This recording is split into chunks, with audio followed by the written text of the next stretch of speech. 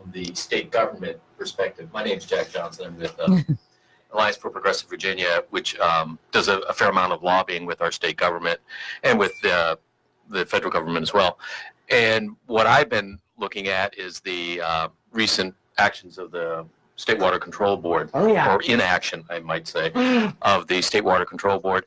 But I'm interested, actually, Mara, in hearing about the nature's rights argument. Can you elaborate on that a little bit? I'm really curious how that works. I can elaborate on it some, and you are welcome to stick around. Mindy is calling in about 2:45. Oh, okay, so she can do that. Okay. But just in a nutshell, it's basically we think that the system is fixed and we need to break it. Right. It's not about the system being broken.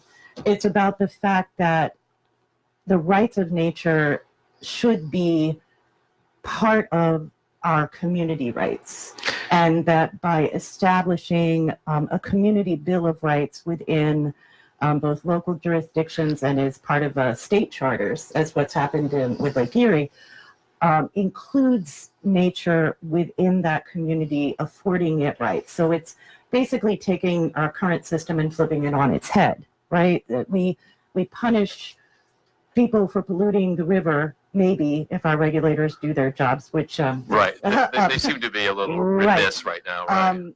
But this is basically affording, say, if the James River were to have community, or were to have rights, and to be included as part of the community, then we could take the river to court. I got you. Right. Or we could represent the river in court. Represent the river in court. Right. So it's effectively, could you sue vis-a-vis the river? So somebody pollutes the James River, could I say represent the James River and sue the corporations that are actually polluting it? Yes. Is that the general idea? It's the same idea as... That's exciting, actually. I know, it's like, wow. The way the law is now, corporations have rights as a person. Right. And they're using that to go after people like for defamation. Right. Which is not the way I think that things should be working, certainly.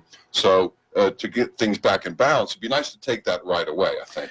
But based on the 14th or misreading of the 14th Amendment, I think. Absolutely. We might as the idea is to give the same personhood rights to nature, to bodies of water, to mountains, to crops, which has been done. The Ojibwe Indians were given, they fought in court and got the right for wild rice to have its own rights. Winona LaDuke was instrumental in that. That's right. Yeah. So there's been precedents set in New Zealand. There's a river that has been given rights, all of Ecuador, and most recently Lake Erie, which again, I would defer to Mindy because she is more well informed than I am on this, but there were two separate lawsuits. They had to take it to federal or to the state Supreme Court in order to establish the right. So both arguments were won. We'll definitely wait for Mindy, but in short, the Pennsylvania Supreme Court said that Lake Erie had a right. Not Pennsylvania. Ohio. Yeah. Excuse me, Ohio. Okay. Yeah, Pennsylvania. I was wondering about Pennsylvania. It's like, I don't think they would do that. Pennsylvania has the Green Amendment, Article 1, Section 27, which is closely associated with the rights of nature. The problem, I think, there is that is enforceability. And we had a wonderful weekend with Tom Lindsay, who was the founder of the Community Environmental Legal Defense Fund about a month ago. And he kind of explained the necessity of that, of not just establishing the ordinances or the charters, but also making certain that they are enforceable.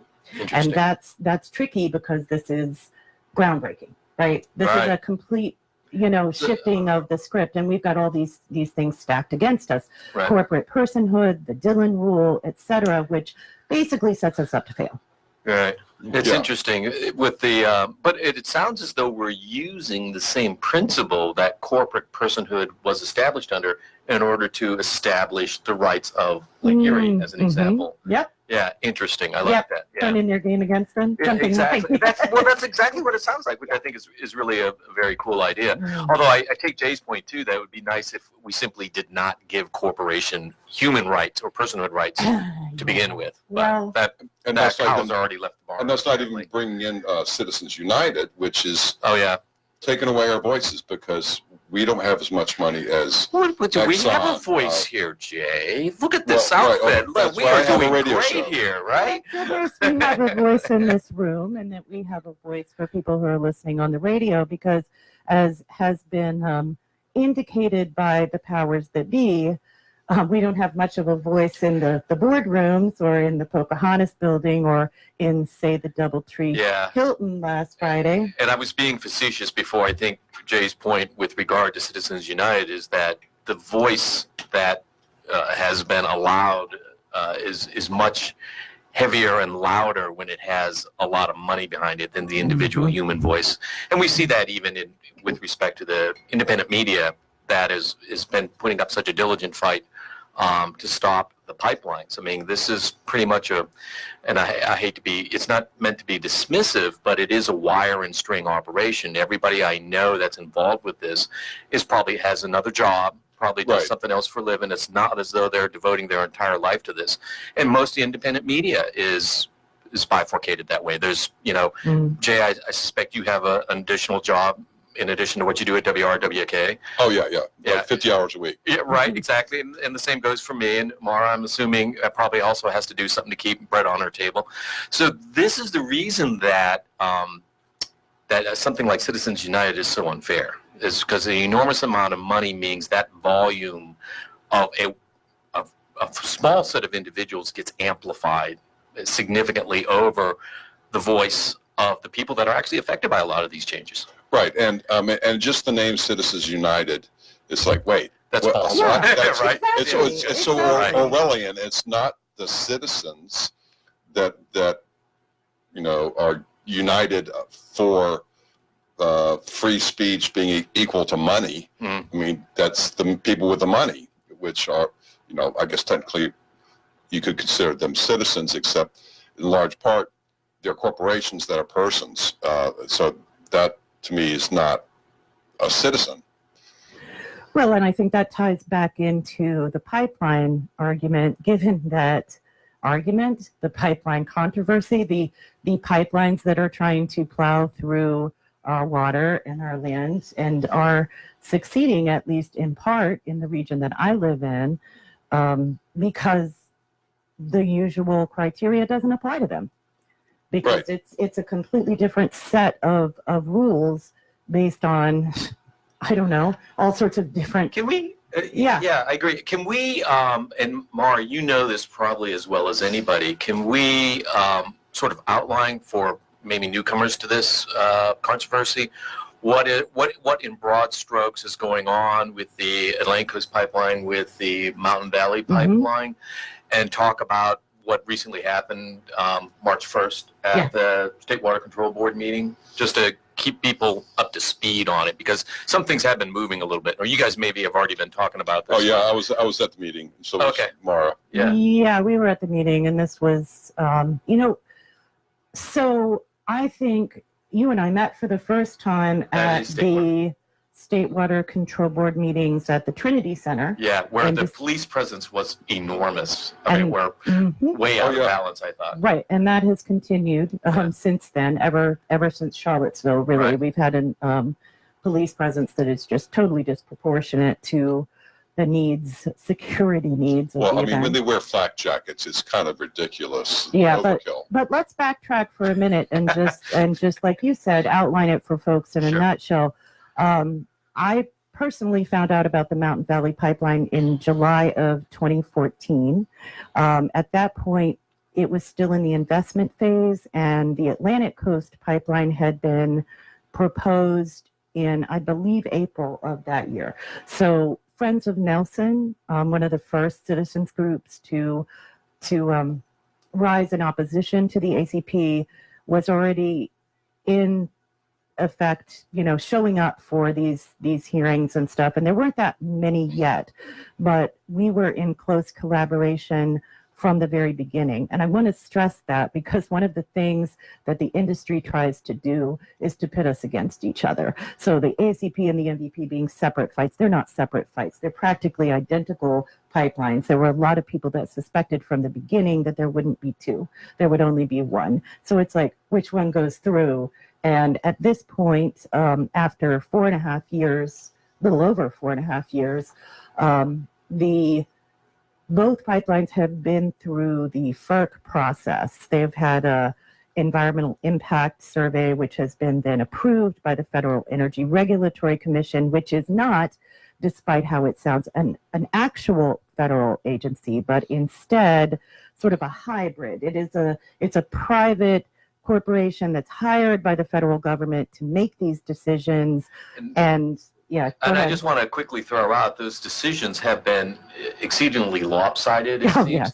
If they are supposed to determine whether a pipeline is going to be viable in terms of the environmental impact, they've had since beginning early aughts, they've had about 400 applications for pipelines, and all but I think 2 have been approved. So it's essentially a rubber stamp agency. Exactly. Right. They're funded by the projects they approve. Right. Why would they have any motivation not to approve them? Right. Right. And so it's especially difficult in the case of an interstate pipeline. So the Atlantic Coast Pipeline begins near Mobley, West Virginia, goes through West Virginia. The proposed route goes through West Virginia, Virginia, and North Carolina. The Mountain Valley Pipeline begins in a similar location, Mobley, West Virginia. Proposed route travels through West Virginia and ends on the North Carolina border, although there is currently a project called the Southgate Project that is trying to extend it into North Carolina. Both of these pipelines are primarily for export. There's existing contracts with India and other places. A lot of this gas is intended to go overseas, which is why there's a lot of controversy over the use of eminent domain, because ostensibly eminent domain is for the public good, and in this case, it is for the profit of the corporations such as Dominion, EQT, NextEra, Duke, etc. Yeah, I'm always wondering how they justify the public good argument for eminent domain when there doesn't seem to be very much public good at all in terms of Virginia. Capitalism. Well, that's one way of doing it, sure. I think there's a subclause or something in the eminent domain laws for critical infrastructure. And of course, we do need to run our power plants, but they have traditionally been run on fossil fuels, of which gas is one. And it's been marketed as a cleaner option to coal, which is only true if you don't look at the larger carbon footprint, because gas, fracked gas particularly, is much larger carbon footprint. Not carbon. It's methane. hot. Methane. Yeah, it's methane. Methane. Right. Yeah. Right. And Methane. so it's the carbon argument, or the carbon footprint is really what we fixated on, and yet methane is a far more potent greenhouse gas in terms of That's right. actual And that's warming. the actual argument that needs to be made, is that this is about climate warming overall. It's about global warming overall. And the pipelines don't obviate that. There's still a problem because the release of methane, and methane is a far worse actually greenhouse gas than carbon. So if you're making a trade-off between visible. Yeah, right. And if you're making, and this is the argument, I think, if you're making a trade-off between carbon release and methane release, that's not a good trade-off. That does not solve global warming. It's still a problem. It's actually a worse problem. And the fossil fuel industry, the power companies are dragging their feet towards renewable resources because they're driven by the profit to their stockholders. And solar, wind, geothermal, tidal energy, it's all out there always. I mean, it's not going to go away. You don't have to dig in the ground for it. You don't have to disrupt people's lives and steal their property for that. It's like one of the memes I've seen on the internet where they said, well, if God had wanted us to do sustainables, he'd have put a big old nuclear reactor in the sky. Okay. So let's bring Oh, this yes, back it is. around. Let's Yeah. bring this back around to the pipelines here. Yeah. The next step in the process, once I think it was October of 2017 that they received the FERC thumbs up. Yeah.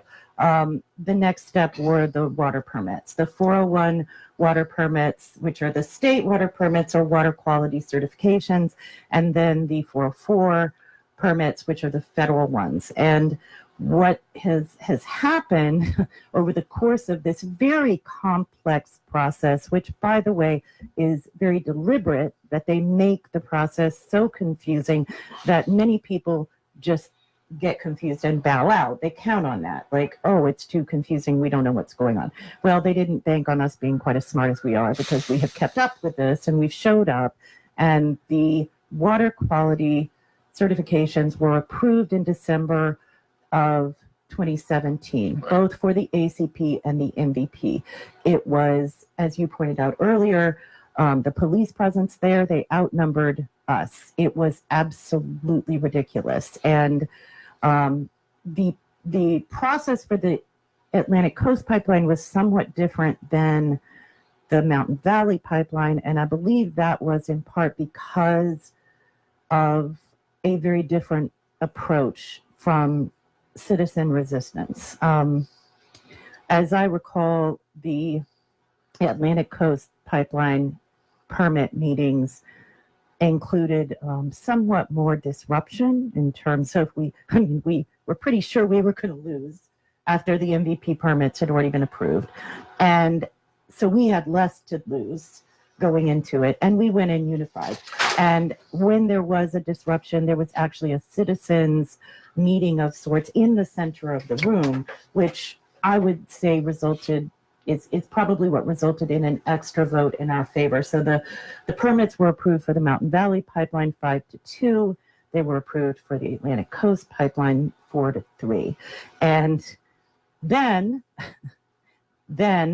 they got to see that everything we had told them was true. Oh, once they started trying to construct, it was awful. Yeah. And the DEQ is technically responsible for erosion and sedimentation and storm management, whereas the Army Corps of Engineers on a federal level, they're the ones that are in charge of like the rest of the water issues, the 404 permits, which were pulled in October of 2018. Now, I would argue, and many other people that I know would argue, that when those federal permits were pulled, the state permits should have followed. They were pulled in West Virginia based on the crossing of the Greenbrier River, I believe. They couldn't do it in time. So right now, the MVP is not allowed to cross any waterways. But our Attorney General, or whoever is supposed to be making these decisions, since they're playing hot potato with that, the Attorney General could have, as I understand it, voided the 401 permit as soon as it was applied to Virginia, because it was 2 days later that it was applied, and he didn't, for whatever reason. This is Mark Herring. Mark Yeah. Herring filed a lawsuit that included 300 violations against the Mountain Valley Pipeline, and yet there was no stop work order. Right. And technically, I think, the permits should be voided. If they're not voided, then they should be revoked. And while they're being voided, revoked, whatever, we should have a stop work order for the Mountain Valley Pipeline, because since those 300 violations, predominantly documented by citizens, not the DEQ, I might add, until those are addressed, and then how should they be allowed to continue? It makes absolutely no sense. Yeah, and I think the whatsoever. argument from the DEQ, what's her name, Melanie Davenport at the DEQ, made the argument that, those 300 violations, most of them have been mitigated. The ones that have not been mitigated do not rise to the level of concern that we would have to have a stop work order. Mhm. That's one very, very subjective opinion, however. And the problem is, the argument that I think was raised shortly after the last State Water Control Board meeting, in which the MVP permit did not get revoked because of a vote, a unanimous vote actually. They asked exactly what Mara's asking. They said, please give us a stop work order. I think it was Laura. I'm trying to remember her last name.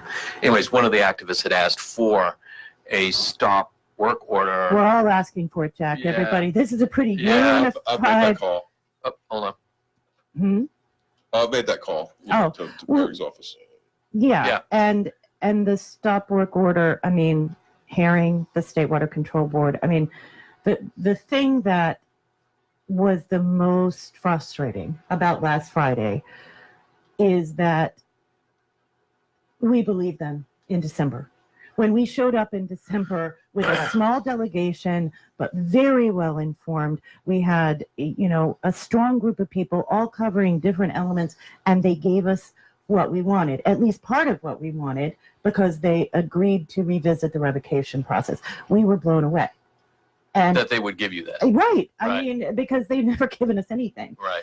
And now I just feel foolish because we believed it. Because of course they came back 2 months later after, we had been pushing for the stop work order, but we're counting on the revocation hearings, and we're like, oh, actually, we can't do that. Isn't that in part because of people like Roberta Calum getting basically fired, if you will, from the board? Or not fired, I guess. Her term expired, and then she was relieved of duty. Well, I would say Roberta Kellum and Rebecca Lubin and all of the, I mean, that is a complex subject right there, because it relates both to the compressor station in Buckingham, most explicitly within the Air Board, Right. and then the people who raised questions, basically. And Roberta Kellum not only raised questions about the pipelines, she was accused by David Paylor of working for the opposition. Yeah. I mean, it was unbelievable. And this was really just her saying,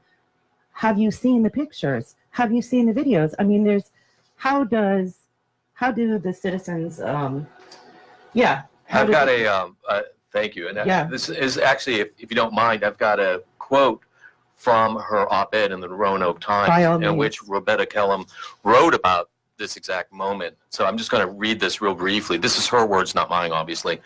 Quote, based on what I observed along 30 miles of the Mountain Valley pipeline construction, it continues to be unclear to me why the Department of Environmental Quality has not instructed the Mountain Valley Pipeline to stop work in accordance with its authority. Mm-hmm. Quote, my tour of the MVP corridor traversed areas of very steep slopes, floodplains, and freshwater wetlands. I observed situations that were clearly a threat to water quality, such as unprotected steep slopes, pipeline segments floating in water, and erosion and sediment control measures in disrepair. But what struck me even more than the environmental impacts was meeting the people dealing with the pipeline construction and its failed erosion control measures on their own properties. Farmers and other landowners who graciously invited me to visit their properties and to see for myself. It was clear that many people felt that DEQ was not protecting the water quality to the extent promised during the water quality certification hearings. Those are the hearings you were talking about back in December of 2017, right? Mm-hmm. And that they had lost faith in our own Department of Environmental Quality. From time to time, I just want to read the rest of this because it gets into exactly what you're talking about, David Paylor. From time to time during 2018, I saw photographs taken by local residents of situations on the ground that appeared to threaten water quality. In response to my inquiries about site conditions, I was repeatedly told by Department of Environmental Quality Director David Paylor that the local residents are, quote, untruthful, unquote, and their photographs were, quote, misleading, unquote. In the week before Hurricane Florence, when weather forecasts indicated potential catastrophic rainfall in the region, Director Paylor told me that work had stopped even though video and photographs provided by local residents showed otherwise. When I further questioned Director Paylor about apparent water quality impacts, he accused me of, quote, working for the opposition, unquote, with such ferocity that I felt compelled to defend myself in writing, referring to our responsibilities to protect water quality. What astonishes me in that short opinion piece, and it wasn't that long, you can read the rest of it in the Roanoke Times, is the fact that Paylor would characterize defending the environment of the state of Virginia, which is his job, as, quote, working for the opposition. Exactly. Yeah, And I think That's so insulting. It is. Well, it's Absolutely. insulting, and it's also perverse and sort of Orwellian. You know? So- Very Orwellian. so. I say that Roberta Kellum at the September meeting of the State Water Control Board asked within the meeting about visiting Southwest Virginia to see for herself. Right. And there was a lot of runaround.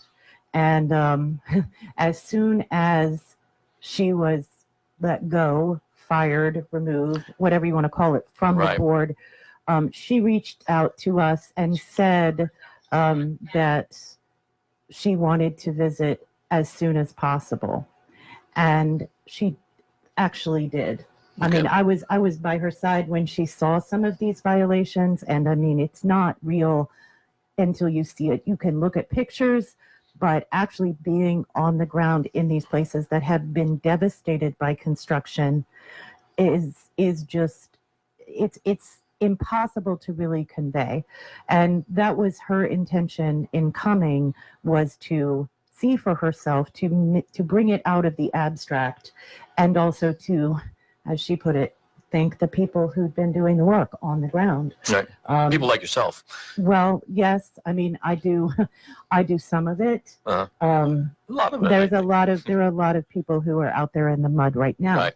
documenting violations. I mean, Right. I'm pretty comfortable here in the studio at the moment. So But by the way, this is a good time to mention that Kay Fergus is listening. So is Neil LaFerrier, Sharon Neil. Pontoon, Crystal Jean, Tamara Smith.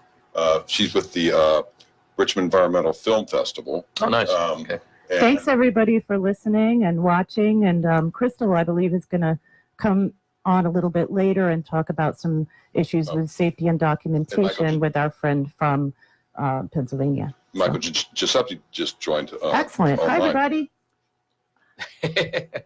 And for those of you who can't see and are listening, I want to bring attention to the water flags that are hanging behind us, which I bring to the studio every week, which represent all of the named water bodies which would be destroyed by the Mountain Valley and Atlantic Coast pipelines.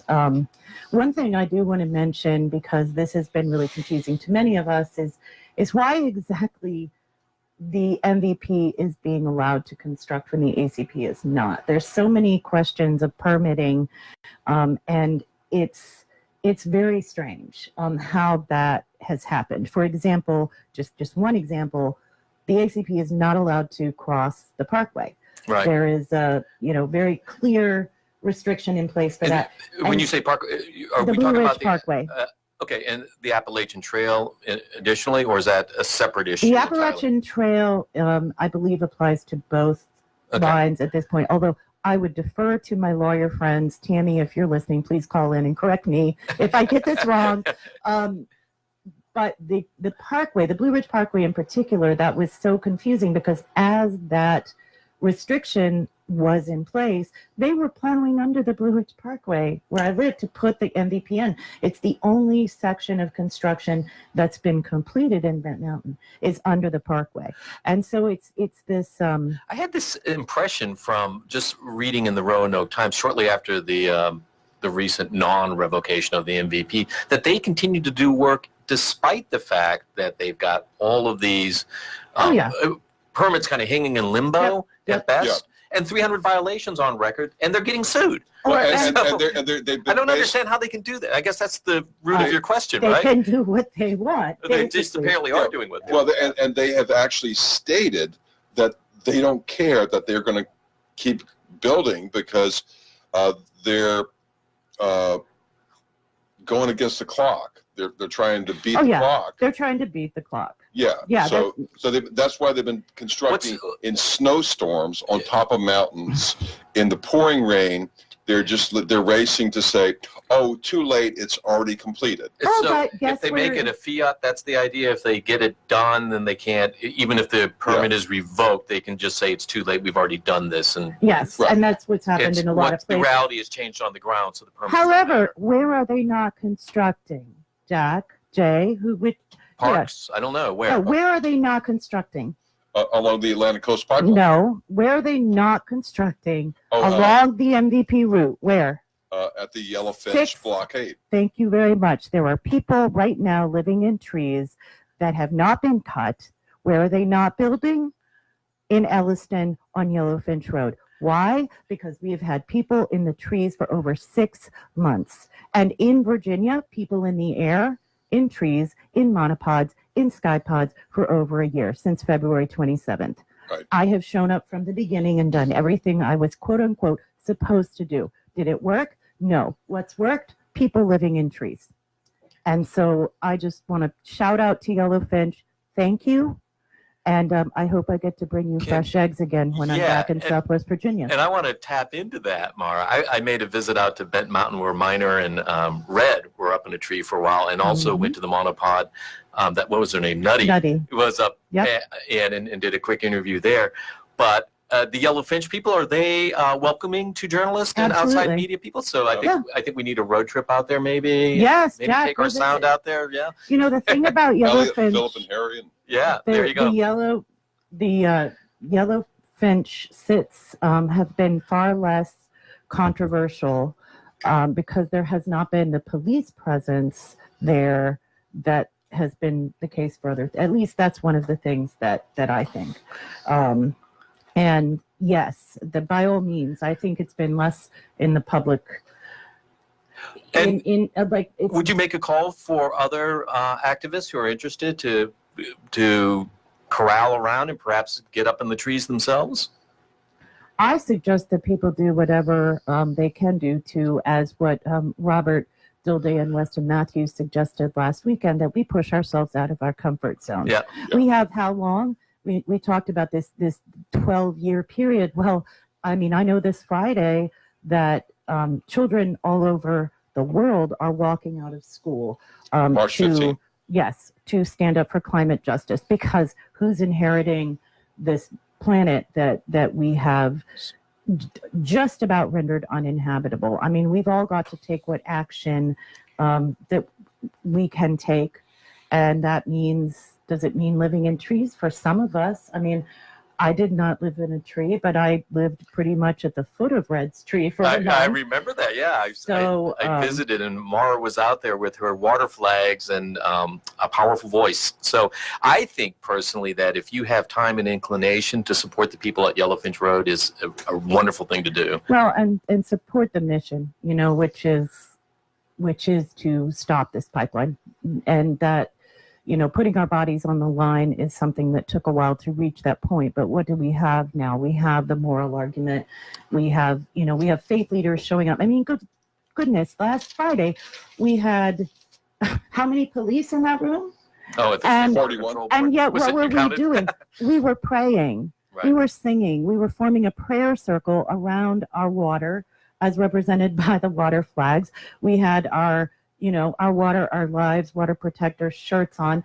You know, what about us is so scary that they need such a police presence when what we're doing is showing up to advocate for our water? And I think that the examples of Miner and Terry at Bent Mountain, and perhaps the examples in Yellowfinch, are examples really of the best in our tradition of civil disobedience. And it's people that do set up the boundaries, and the boundary is really the distinction between a moral law and sort of our state law. And the state law is obviously failing us at this point. And that doesn't mean that you don't abide by the state law or take the repercussions of the state law. But what it does mean is that you point out that it is not servicing us. It is not doing what it needs to do. And we need to change the state law, or we need to change the players that are interpreting that state law until such a time as it actually responds to the moral responsibility that we all have to stop these pipelines.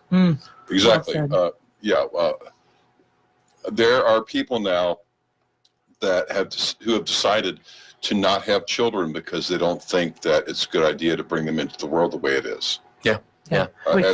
Which is part of the whole Extinction Rebellion that is driving the school walkout on March 15th, which was started by Greta Thunberg.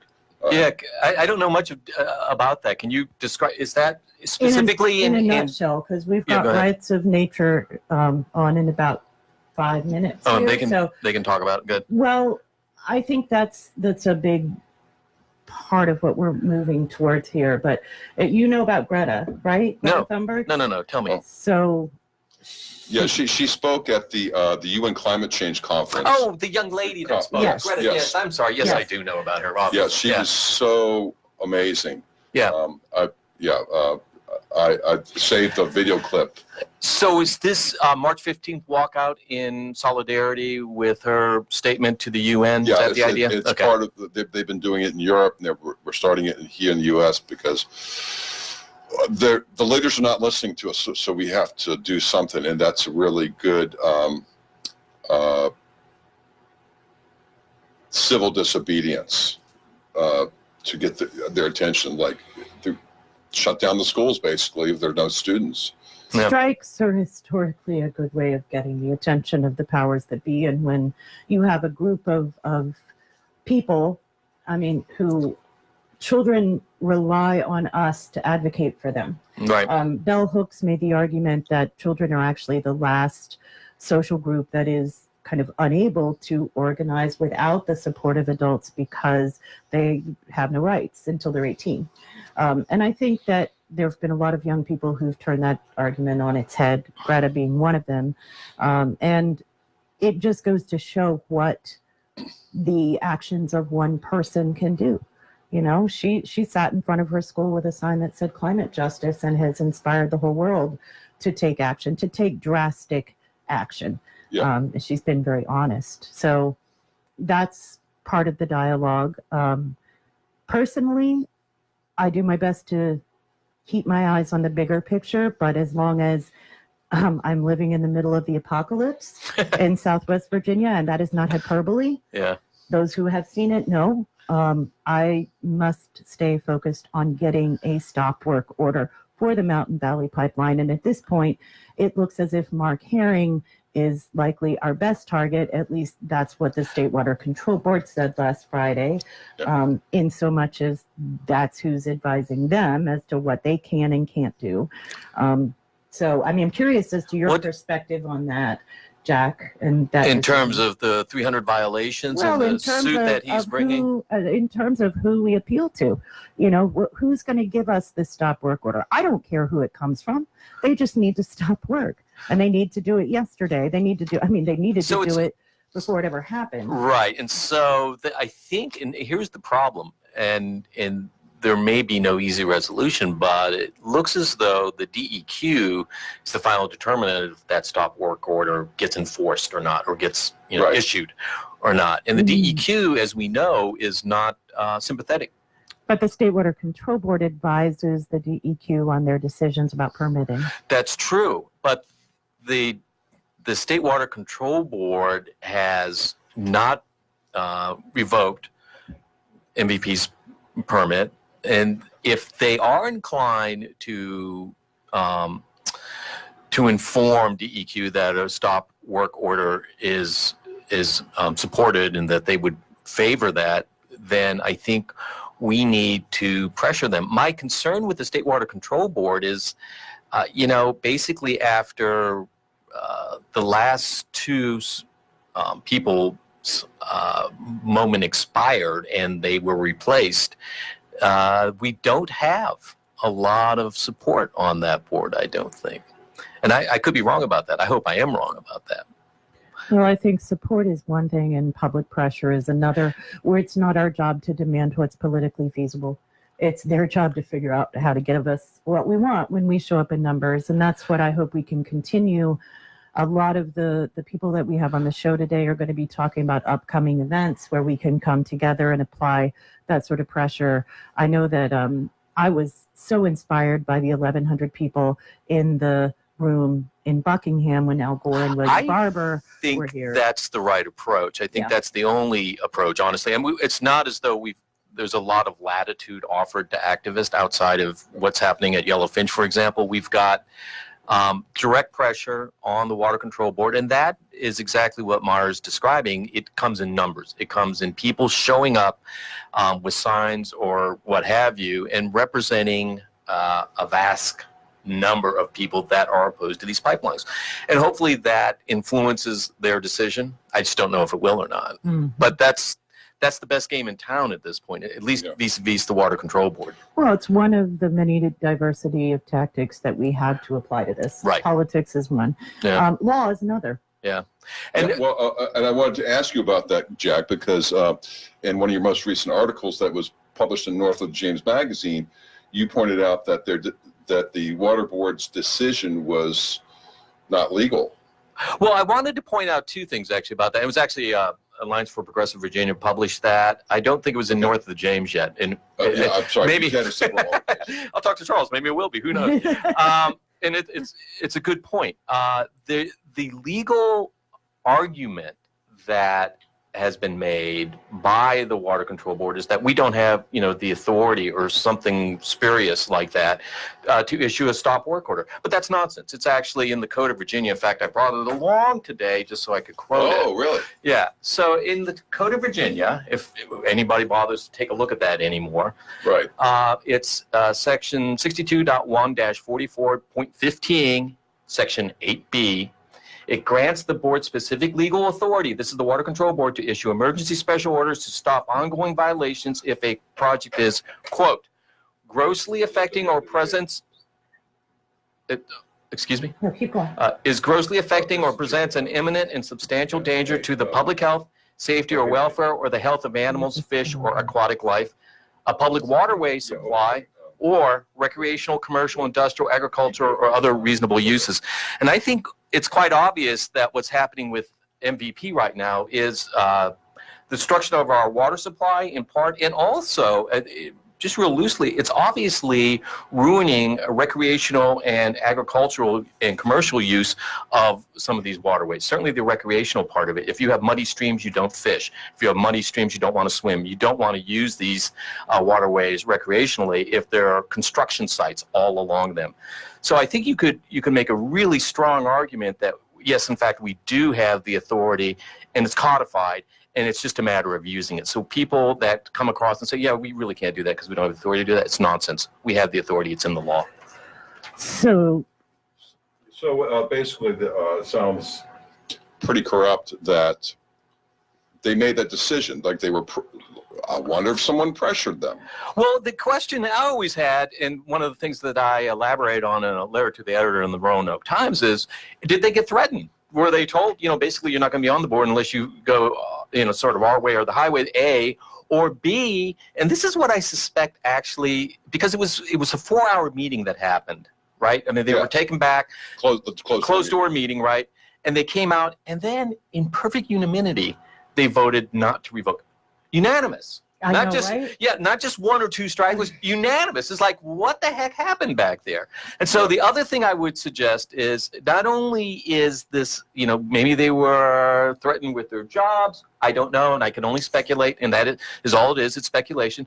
The other thing that I would speculate about is, were they told that they would be sued, that the state would be sued if they did not allow MVP to go through? And I think that's probably a strong possibility. Well, they actually made reference to did that they? Okay, go ahead. In terms of the federal restriction. Again, this is something I defer to my lawyer friends on. Yeah. And Let the lawyers talk about this. I would love for you to stick around Okay. and hear what our next guest has to say about the rights of nature. Before we move on, Jack, is there? Do you have a blog or collection of your writings online?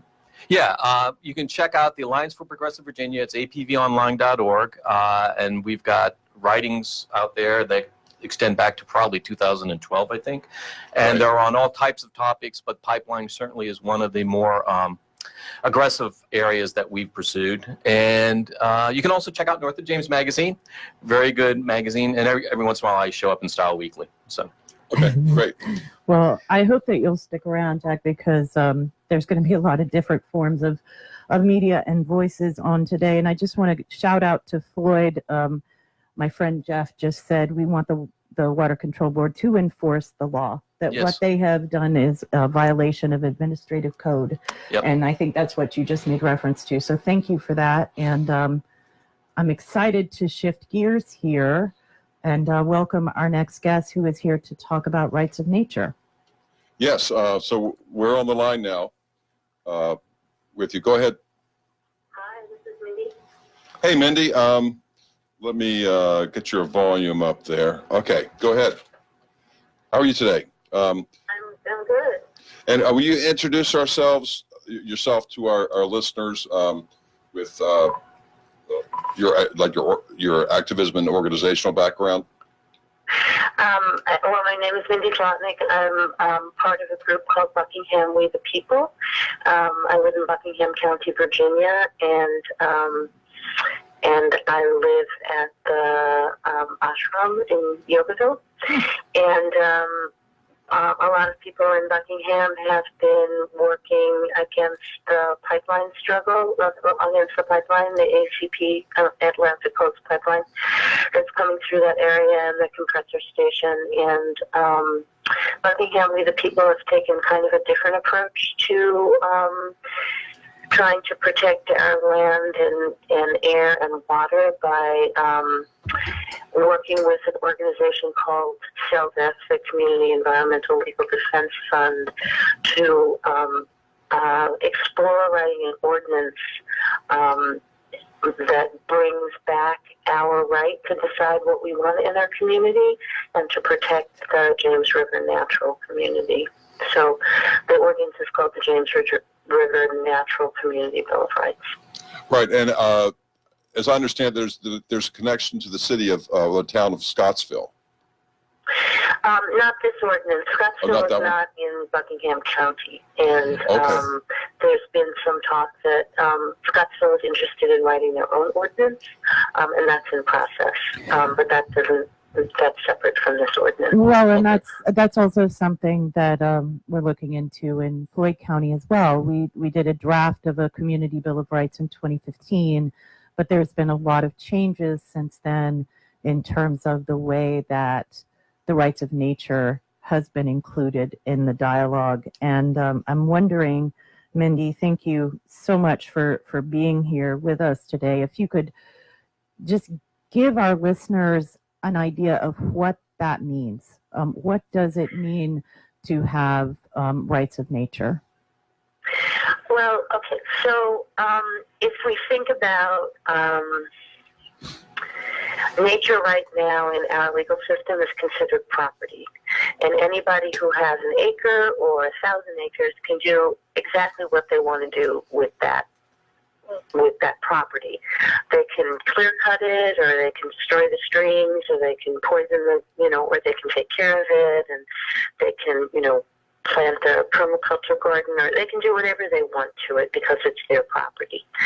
And because it's, and so nature doesn't have any rights in the face of our law. And because nature is property, we also consider nature separate from us. It's our property. It's not part of us. And so people feel like they have the right to do whatever they want to it, and they do legally have the right to do whatever they want to it. So people can pollute or take care of it. And in turn, our society has given corporations the same rights that we have to property. And so corporations can pollute or extract or do whatever they want to things, to nature that is their property. And so so what we're saying is, if corporations have rights, the right to sue, or the right to, or whatever rights they have, then why can't nature have rights? Mm-hmm. And historically, we're looking at 100 years ago, slaves didn't have rights. 100 years ago, women didn't have rights, but now they do. We still have a long way to go, but both that population of people who had been slaves and women have a lot more rights, especially voting rights, now than they did 100 years ago. So if they can get rights, then why not nature? And so that's kind of the path that we're taking. The problem is that municipalities don't have the right in our law system to make decisions for themselves around their environment. And that comes from a long line of it's really embedded in our system. So it was really eye-opening for me to learn that and see how that really affects the whole legal system that we're trying to operate under to protect our water and our air. And it made it much easier for me to understand why this is such a difficult process. When you say, sorry, Mindy, I just had a quick question. You asked me something. Yeah. So the question is, when you say municipal, and I want to make sure I understand you correctly, you were saying municipalities don't have the right to their own jurisdiction, to their own property areas? No. Like, for instance, there was a recent law passed by the citizens in Toledo to give the rights of nature, or to give Lake Erie its rights. And this is Jay. somebody's trying to call me. No, we've got multiple technological complications on all ends here. Okay, I turned it off. You're good. So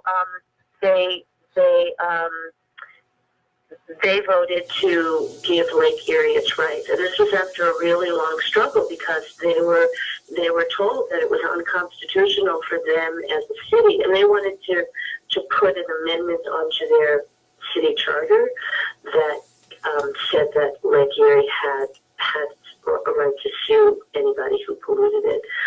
They had lost water for a number of days, and they were tired of nobody doing anything about it. And so they had to go to the state Supreme Court to get permission for them as a municipality to be able to put this amendment on as an initiative. They have initiatives in Ohio. Right. We don't have anything like that in Virginia, so it's a different system. But they had to get permission to do that. And the Supreme Court finally, after a lot of deliberation, said, yes, you do. And so it was put on the ballot, and it was voted on, I think it was February 26th. It's really recent. And Lake Erie was given its rights. And, there are a lot of corporations and organizations that are against it and say that it's silly and it's unenforceable, and it probably will be appealed. But it's the first step to changing a system that doesn't really give us the opportunity to say what we need. So, Mindy, I just want to be clear about this so I understand it and the listeners can understand it too. As of today, Lake Erie, based on the initiative that has just passed, has formal rights in the state of Ohio. Is that correct? It has the right to sue. Yeah, Right. And then, yeah. Mm-hmm. Wonderful. Yeah, Okay, thank you. It has the right to evolve and thrive. And anything that opposes that and causes damage to it. I don't know how they set it up in terms of damages and enforcement. But then people on behalf of the river on behalf of the lake can bring them to court. So this is, the first country that included the whole concept of the rights of nature was Ecuador. I think it was in 2008. I don't know, Mari, you can correct me if I'm wrong. But it was around there, about 10 years ago.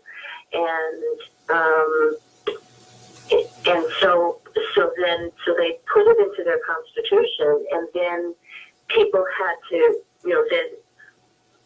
a river had to sue for its well-being and its right to thrive and evolve in order to set precedent. But they had the power of saying, this is unconstitutional. It's unconstitutional to destroy this river. And the river won. And the river wins. And this is a perfect segue here, Mindy. We have Laney Sullivan on the line, and I believe that you and Laney have worked together on educating the public some about this very innovative idea of rights of nature. You're on, Laney. Hi, Go ahead. Laney. You're on with Mindy and myself and Jay and Jack. Welcome. Hi, everybody. So good to hear your voices. I've been listening for the past 30 minutes, and it's great. Thank you for talking about all these things. You're welcome. So, Laney, I believe that you and Mindy worked together on a program here in Richmond regarding rights of nature. Is that correct? Well, Mindy's a mastermind. I'm just I'm supporting her. But we are brainstorming how to collectivize our effort to protect the James River, because the James River is a shared entity that runs through Yogaville, Scottsville, Richmond, and other communities. And so different communities within the river have been brainstorming of how we can protect the river as the James River Natural Community. Excellent. That's really exciting. It's exciting. It's exciting to me, and it's a long haul. It's not a quick fix, you know. What are the And it would be wonderful to get one small community to start, and so that's what we're hoping. We'll see what happens with that's why we're in Richmond. I mean, that's not a small community, but there seems to be some openness. But at Scottsville maybe, and but we have to see about that, and we don't know. We don't know. So, but it's a different way of looking at the system, and to me, it's about protection rather than defense. right. And rather than being on the offense rather than the defense. So it's a lot more heartfelt to me to work this way. So it suits me better. and it's at this point I think it's a lot about education. Yeah. And people understanding really how the system is set up legally to protect corporations and not to protect the environment. Right. What we're looking at, with the pipelines and with a lot of things across the country is legalized harm. It's all legal what everybody's doing, and that needs to change, I think. So. Yes, it does. So my question is, what are those first initial steps with regard to the James River? What are you looking to accomplish in just sort of like task one or step A? Mindy, can I do a non-technical task one? I think is to start challenging people to have a new perspective on nature and their relationship to nature. It's more of like a spiritual revelation, which is at the core of a lot of our diseases of society, that we have this usury attitude with this entity that supports our life and that we are part of, and that we stop seeing nature as a commodity that we can sell and that we can manipulate and control, but rather something that has its own autonomy and that demands respect, and that we start to analyze our life and our lifestyles and the way that we walk upon the planet, and think about how we're born into such a different way of being and thinking. So the first step, I think, is challenging that notion that we can just do whatever we want because we have dominion, and that means you can exploit whatever you want to. And then the technical steps Mindy can get into. Yeah. Thank you, Laney. That was great. Paradigm shift of looking at the world in a different way, and when decisions are made with nature at the center of the universe rather than human beings being the center of the universe, things fold out, roll out in a really different way. So that's the first step, and that's the educational piece that I was talking about. At Buckingham, in Buckingham County, we have a board of supervisors that's not really open to thinking about this in this way, and so we've really gone outside of Buckingham County with the knowledge that we've gained through working with SWVA and their educational piece, which they call Democracy School, and trying and sharing it with other communities where there might be some more openness, not only in the community but in the elected officials, who could take on this task of challenging the system. Who are willing to challenge the system, and that's not an easy task. Right. But there are 200 communities across the country who have already done it. A lot in Pennsylvania, that's where SWVA started, but also in Oregon and Ohio, there's a whole network, New Hampshire, many communities that SWVA has worked with. So, like the people that we've worked with, SWVA keeps on telling us it's not an easy fix, but if your supervisors aren't supportive of this, then they need to be loaded out, and we need to get people who are willing to look at change and willing to look at the system and how do we change it from the bottom up. Right. Let me ask the question in a slightly different way. What would you regard as a first indication that you have been successful in your endeavor in terms of, legal marks or legal goals? In Virginia? Yes. If an ordinance was passed, Okay. I think. I don't know, Laney, what would you think? I think that we had some success already in the movement with the James River and its connection. I think for Richmond, that people wake up and realize that the James River is our drinking water, and that if it gets polluted, that our bodies are polluted because it's our municipal, that we're interconnected to the river, and so that people are more defensive of the health of the river. I think when we came together for the outcry about the coal ash waste dumping that Dominion wanted to do at Bremo, and they weren't going to treat the coal ash wastewater. They were just going to dump it and mix it with the clean water of the James. There's going to be a mixing zone, and everybody freaked out. And they changed it so that they had to clean the water before they put it back in the James River. That was the beginning of the waking up of like, wow, if you completely pollute this river, this body of water, that our bodies are going to be polluted. Yeah. And so I think we're already well on our way. We're getting there. It's a big Okay. paradigm shift. Yeah. I mean, this is a whole different way of thinking. And I tend to boil it down by saying, like I said to you at the beginning of the show, Jack, the system is fixed. We need to break it. It's not that the system is broken. The system is working precisely the way it's designed to work, which is to profit off of the environment and for us to fail.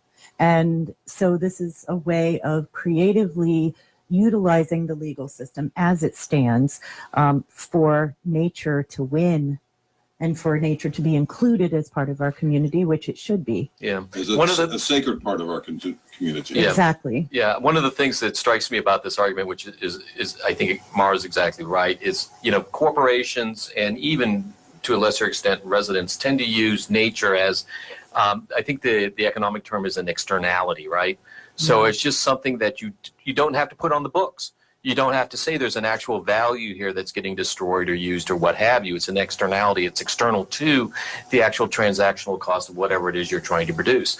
If we as a community say, oh, that's not an externality, you have to put that on your books, suddenly polluting the James becomes much more expensive. Suddenly polluting Lake Erie becomes a cost that you actually have to pay attention to. And it seems to me that the way you're going about this is actually brilliant, because what it will do if you're successful is it will make corporations, whether they like to or not, they will have to pay attention to the pollution that occurs or to the damage that they do to the environment, because it's going to be on their books and they're going to get sued if they don't pay attention. So I think that's wonderful. Right, and that's about enforcement. That's the level of enforcement. Right. And what level do you set it at so that it hurts? Right, Yes, exactly. yes. Yeah, I mean, No what do they gain. say? No pain, no gain? $25,000 a day, thinking, wow, that's a lot. Right. And, people told us, no, that's just an expense. That's just the expense of doing business. You gotta hike it up. That's right. So, it was a perspective that we didn't have, but it was good to hear. Yeah. But yeah, the enforcement piece, and there are laws on the books But as long as communities don't enforce them, then there's no pushback from the corporations. But the minute that they do start enforcing them, then, you know, people get, then communities get sued. Right. No, you can't do that because that's against the state constitution, or that's, you know, FERC doesn't agree that, because there's preemption that will preempt any decision that a municipality makes. A state can preempt that decision, or the feds can preempt the state decision. And preemption is, you know, alive and well, especially in Virginia. So breaking through that is a really big step. Yep. Good job. So what steps have been taken so far? Is this just the planning? In Virginia? Yes. Yeah, not that I know of. I don't know. Laney, do you know of anything? Well, Mindy, you all, the Friends of Buckingham We the People, already drafted a ordinance for the James River Natural Community. So there's already a document that exists that's been being shared with communities. And also, we had a retreat with people from all over the state, and different communities were trained on how to get ready for this process in their communities in Southwest Virginia and Northern Virginia, and also in the rest of the James River corridor.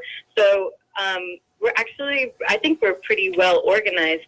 It's just finding lawmakers that are going to be willing to start bringing up the conversation in the right arenas. And I think right now that's what's exciting about Scottsville, is that someone on council in Scottsville is interested in bringing the rights of nature piece to council. It's under discussion. Yeah. Well, and It's under discussion. So that's pretty, I mean, it's pretty advanced. So, but we'll just see what happens. well, and one of the arguments that I've heard over the years, because this is not a new concept to us, those of us who've been working on the Community Bill of Rights for some time, is that basically what you're asking a local government to do is to commit an act of civil disobedience, especially in the face of the Dillon Rule, which is confusing as anything. And as many times as I've had it explained to me, it's really, it's like corporate personhood. It's a complex subject. However, one of the things that has been brought up by many of us, including Victoria Renaud, who's going to be on next Sunday, I believe, to talk about the rights of nature in Powhatan, is that we have in our state constitution the clause that of all the various modes and forms of government, that which is best is capable of producing the greatest degree of life, liberty, safety, and pursuit of happiness, and is most effectually secured against the danger of maladministration. Therefore, whenever any government shall be found inadequate or contrary to those purposes, a majority of the community hath an indubitable, inalienable, and indefeasible right to reform, alter, or abolish it in such manner as shall be judged most conducive to the public weal.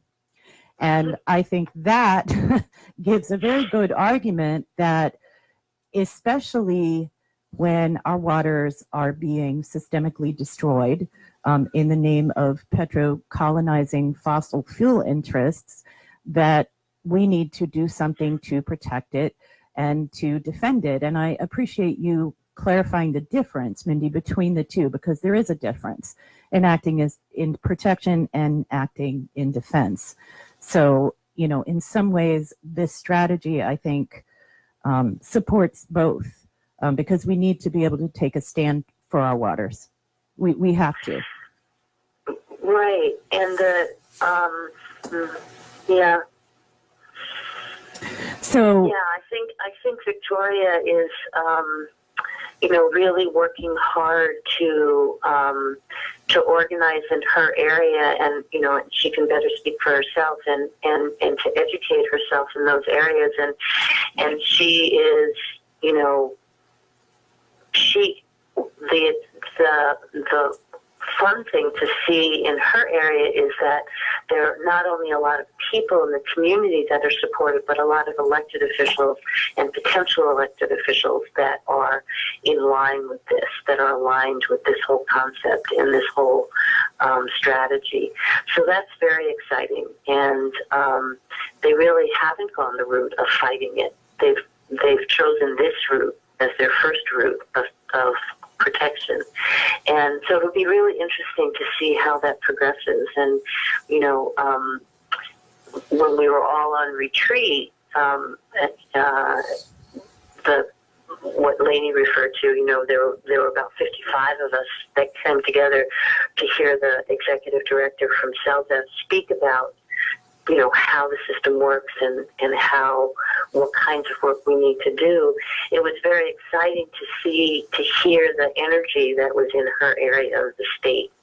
And Virginia, I mean, Thomas Lindsay admitted Virginia is a really challenging state to work in because of Dillon's rule and because of the strong preemption that exists.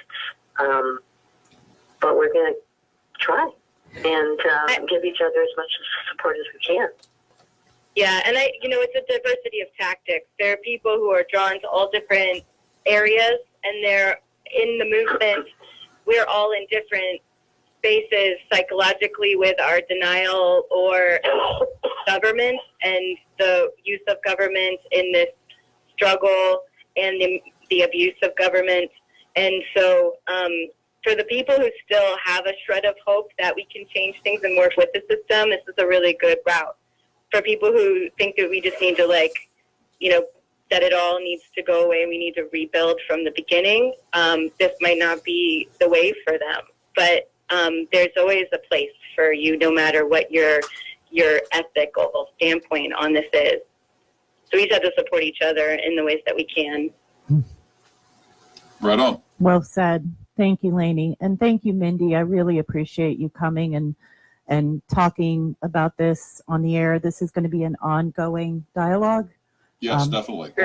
As it proceeds. And I think it sounds really exciting, actually. So go for it. Buckingham, the people are available to come to different communities to speak about it, and we have a slideshow and a good movie, and just really different ways that we can show people.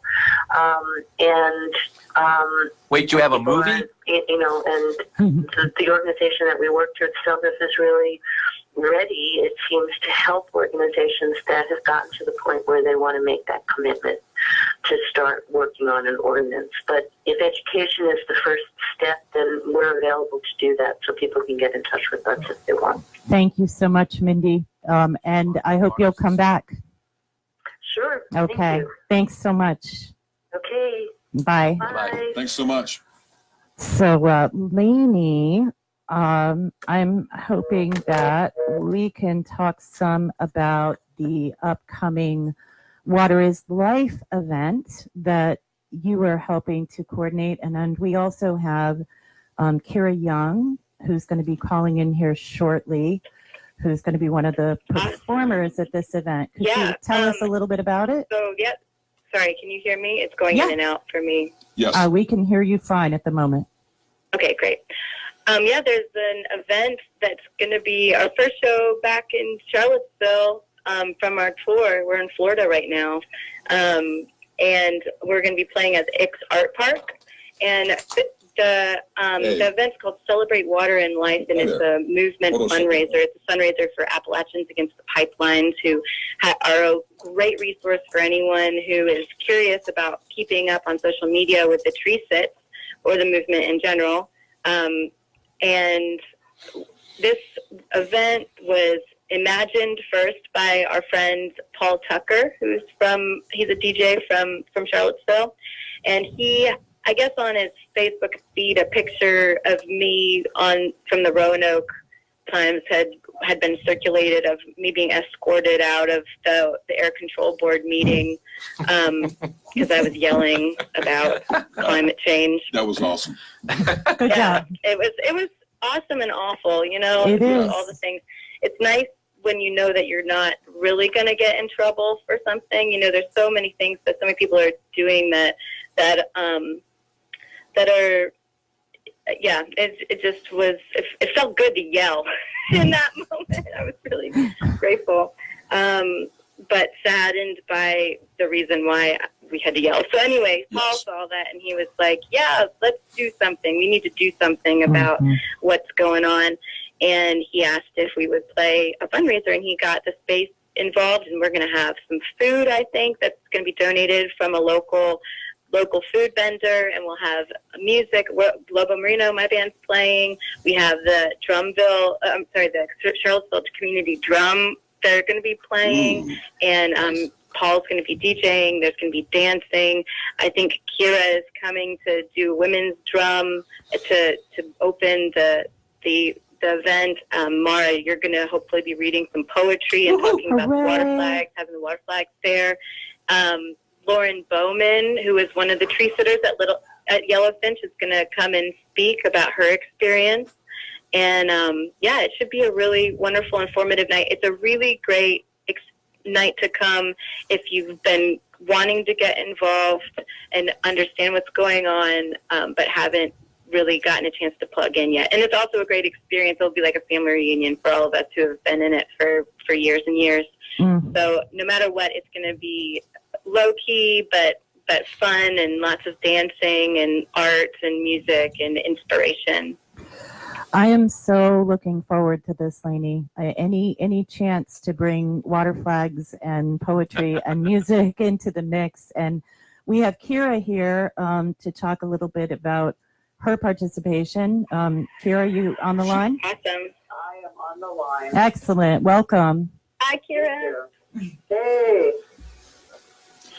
Yeah, go right ahead. I'm in Arlington today, joining you from another DoubleTree hotel. Oh no, there's more than one.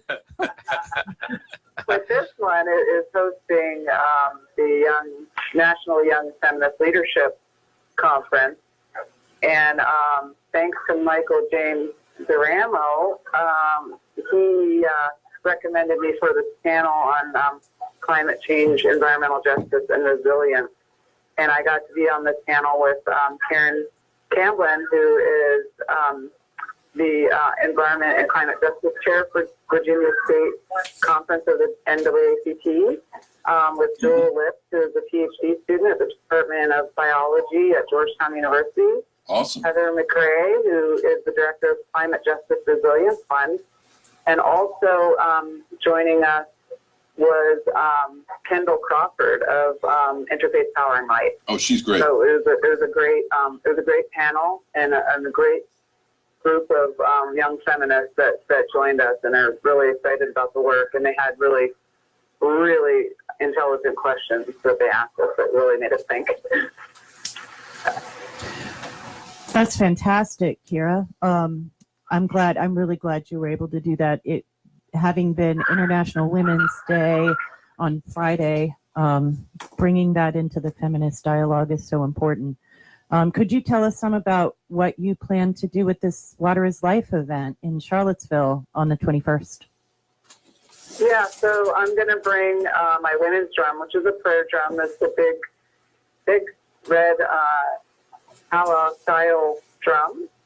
And you and me are going to sing some songs and do some poetry, and we're going to encourage any other women in the group who would like to sing with us to sing with us, and we will teach them how to sing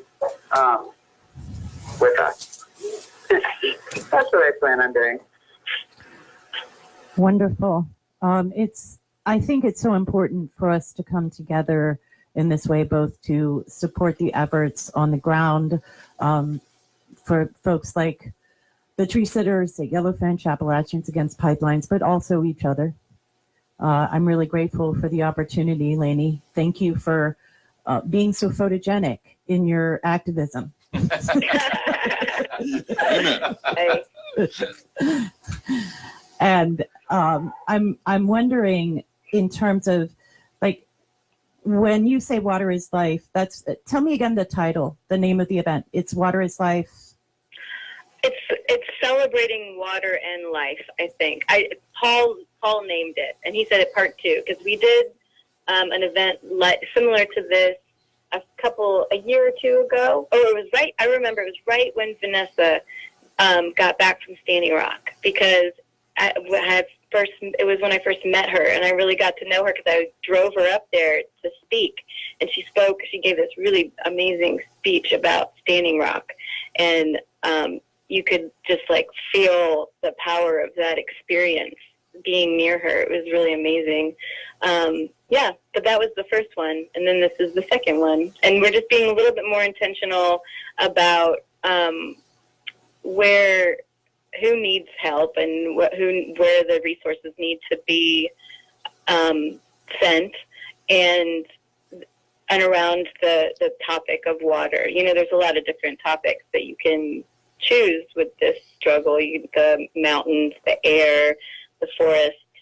But Paul was drawn to the water aspect of it, and which I know that you're very moved by, Maura. I love the water flags. They're just so beautiful and powerful. It'll be wonderful to have them there. Thank you, Laney. I'm hoping to have ample supplies for everybody to make water flags and display them and take them home and put them on their mailboxes and their front doors and their cars and in their businesses, because one of the things I think we need to start doing is really talking about the names of these waters. And it's a really fun way, I think, to come together to be able to have something to create. And it's easy and anybody can do it. And we have this brand new little booklet on how to make a water flag, a zine that my friend Rachel made that we'll have there. And so, yeah, music, poetry, and tell us again the time and the date and the place so that we all remember. And I can write it down and be there. Oh, and Jack wants to right. write I it down definitely and want be to there. be there. Yes, and I encourage anyone listening who wants to be there. There is an event on Facebook as well that you can get specs on, but just remind us of the particulars if you would.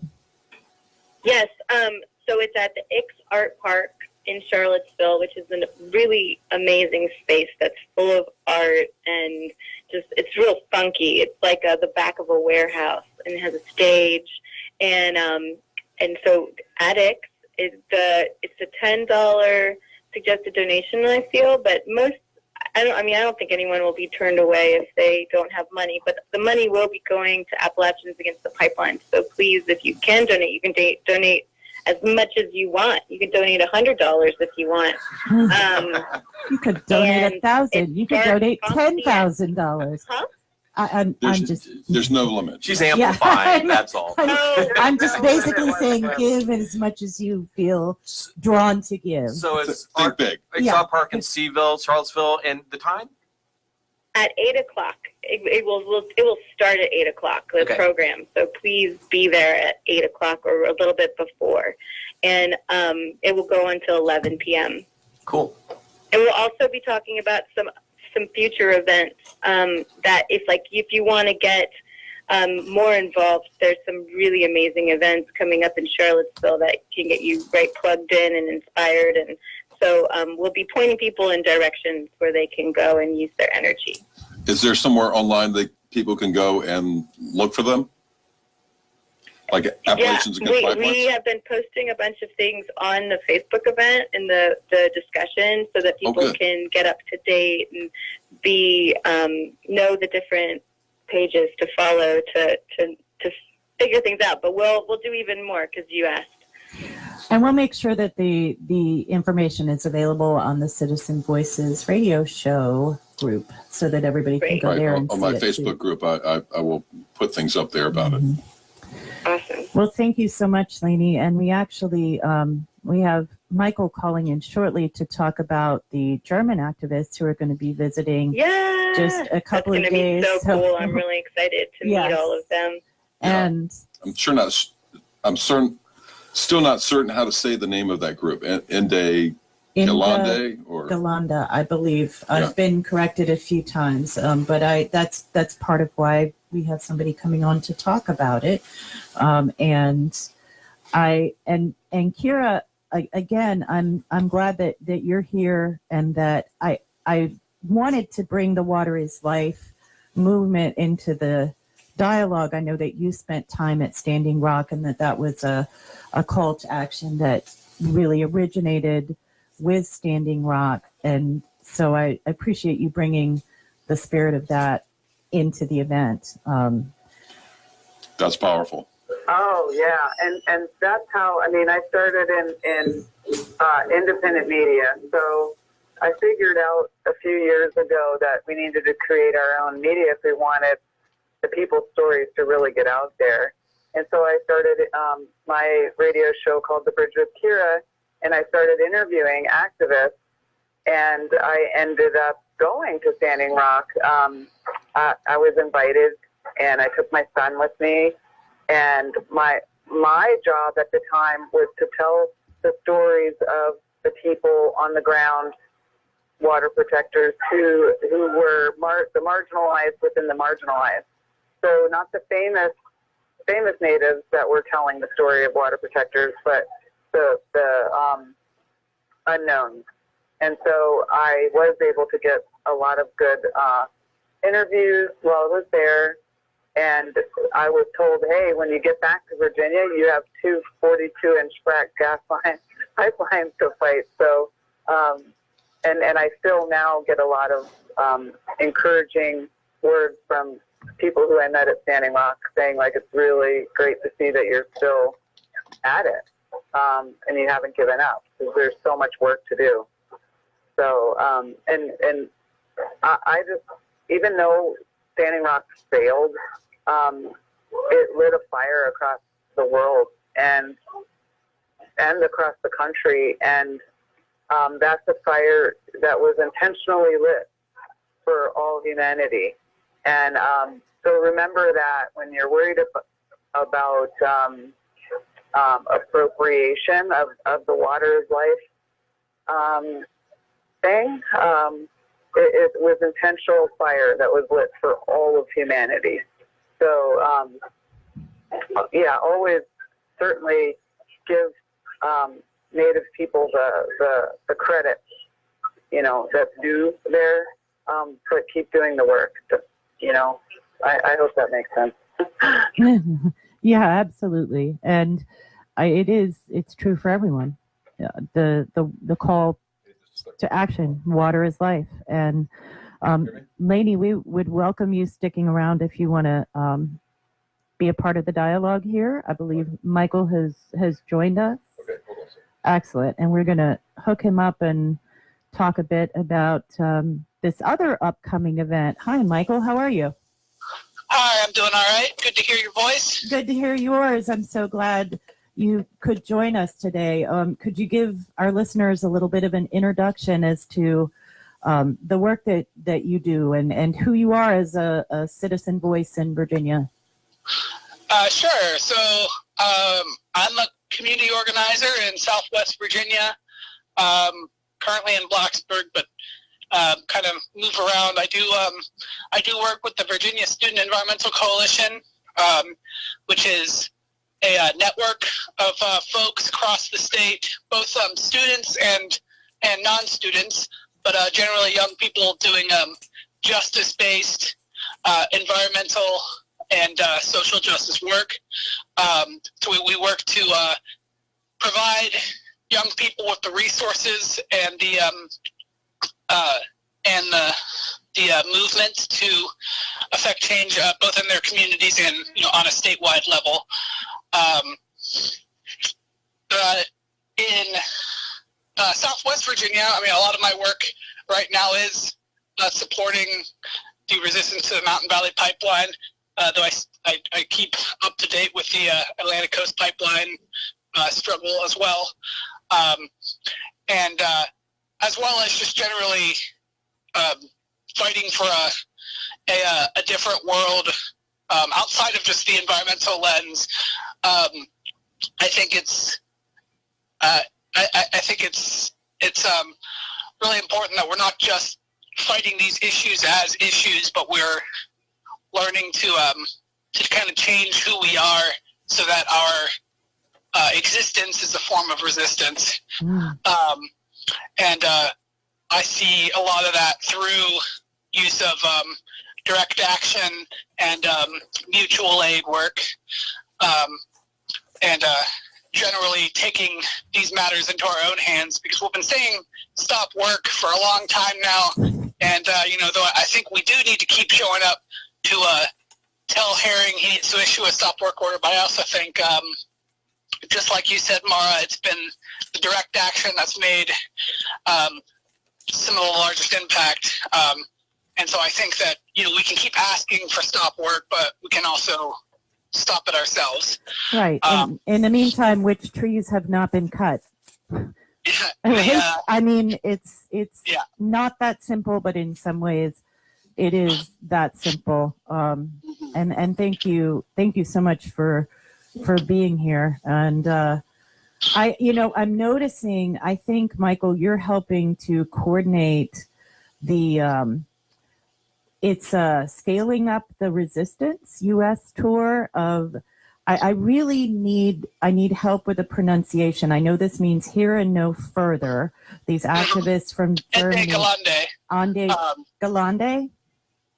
That's how I've had it said to me. So that's how I'm saying it. Okay. Ande Galande. And this is, I believe, you're helping to coordinate an event in Blacksburg. There's also an event in Charlottesville that I just noticed. It's totally appropriate. We have Laney Sullivan still on the line. Are you still here, Laney? No, that was Kira. Okay, well, Laney was just on the line. I didn't know that she had hung up because she's going to be playing at the event in Charlottesville. Oh. So I'm sorry, Laney. I'm very You curious. can call back. I'm very curious about this. I know a little bit, but I would love to hear your perspective as an organizer and coordinator of this event as to what it's going to consist of. This is the 22nd, I believe. The event in Blacksburg is on the 20th. There's an event in Roanoke on the 22nd, and then in Charlottesville on the 23rd. Okay. They're also going to be in Pittsburgh on the 17th, Charleston on the 18th, and then Big Stone Gap on the 24th. So they're going to a bunch of different places. So whatever people are closest to, they should show up for. But yeah, a lot of Ente Galande is it's a broad alliance of folks from different anti-nuclear, anti-coal, and anti-gas grassroots movements. It's a collaboration that is best known for carrying out some of the largest acts of civil disobedience through the mass occupation of coal fields.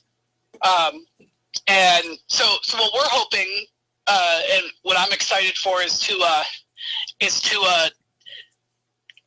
learn from them and discuss the parallels between the actions that we're seeing in our state, as well as what they've engaged in across the country or across the world. I mean, and really kind of get some ideas for how we can channel that kind of mass disobedience and disruption in our area.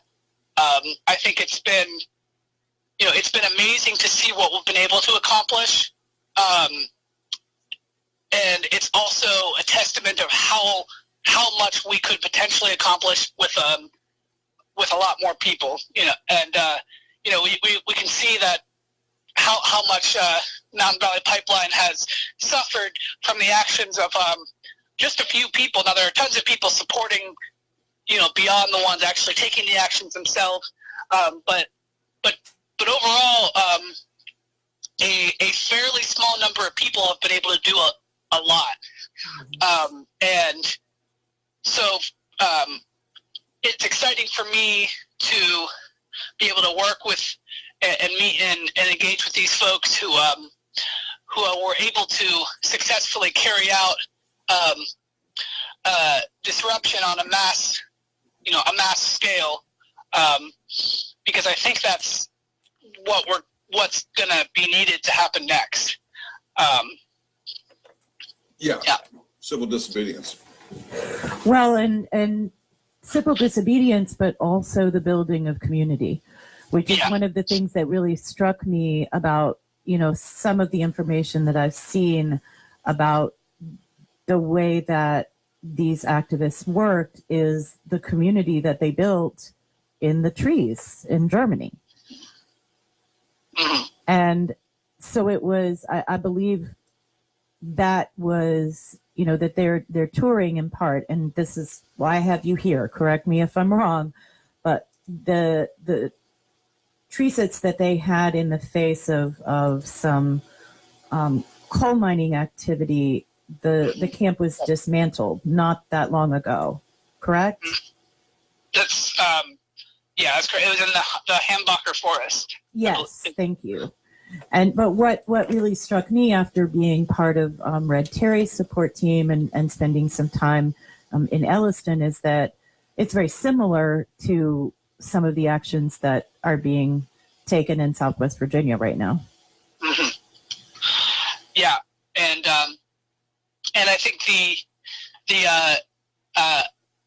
I think the community and what is created out of it, and in the way actions spark other actions and other changes, or evolutions of thought is, I think, really important for us to realize, because I think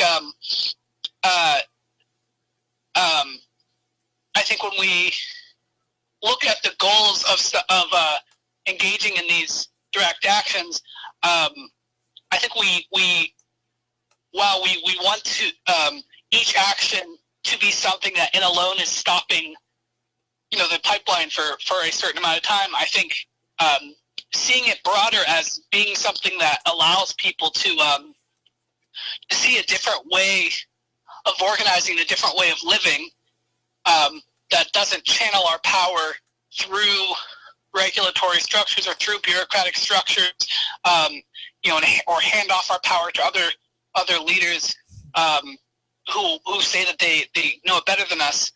I think what's exciting for me, beyond just, I think we're saying that we're talking about the how Standing Rock ended, and how some of these tree sits that Ende Galande engaged in, and were eventually dismantled. But I think failure is not the word for what came out of it. I mean, I think Red and Miners tree sits, though they have eventually came down, they certainly did not fail. And that's something I'm excited to see moving forward. Is as how can we become more creative and lean further into our own power and ways of engaging as a way that fights the construction of these things that are destroying our land and our water, but are also building the new world as we are engaging in that fight. Exactly. We need a new paradigm. Mm-hmm. Absolutely. And it's dangerous, I think, to talk about failure when this is an ongoing endeavor, and the building of community and resistance and support. For example, the Bayou Bridge pipeline was delayed indefinitely within the last week, and this is the southernmost end of the pipeline that affected Standing Rock. Am I correct about that? The Keystone XL, yeah. No, the Keystone XL is different. Kira, right. Can you help us out? Are you still on the line? I believe. I am still here. Okay, so Yeah. Bayou Bridge is the southernmost portion of the pipeline that affected Standing Rock, correct? Well,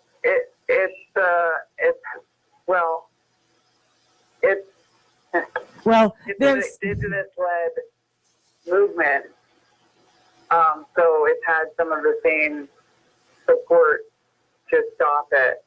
right. Yeah. Well, the point being that there's been resistance. You know, we've got Standing Rock, we've got Camp White Pine in Pennsylvania, ETP being the same corporation that is the Bayou Bridge. I mean, it's all intersected.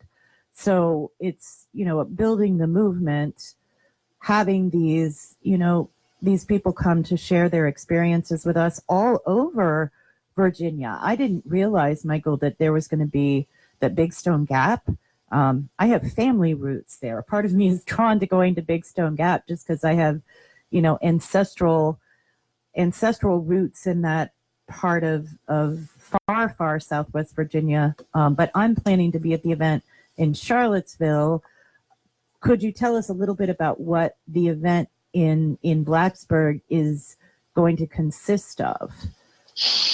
You know, other than getting to hear from these folks, I'm assuming that's a big part of it. Yeah, I mean that's a lot of it, and then I think the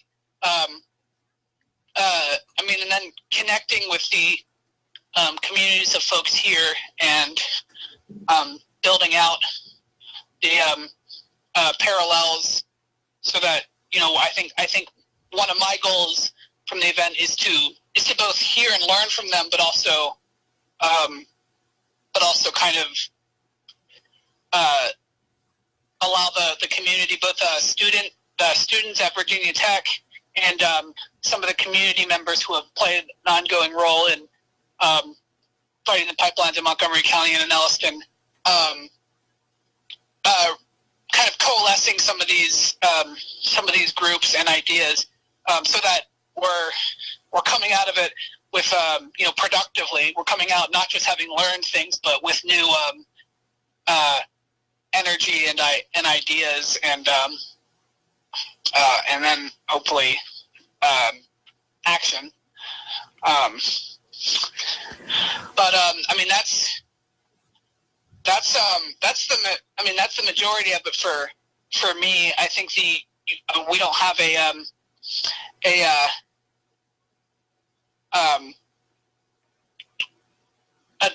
direct like schedule laid out yet, but we're looking at, you know, focusing on tangible examples to build action in this area further, because, you know, I think it's exciting that we still have these trees up in Elliston. We also got to start thinking of like what are our next tactics in the areas where the trees are down and they're you know, how can we create, you know, more sustained resistance that lasts more than a few hours in areas that the trees aren't up anymore. Yeah, and so looking at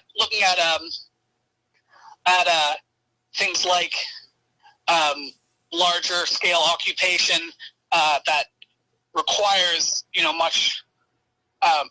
many more people, but also many more resources from our opponents to dismantle,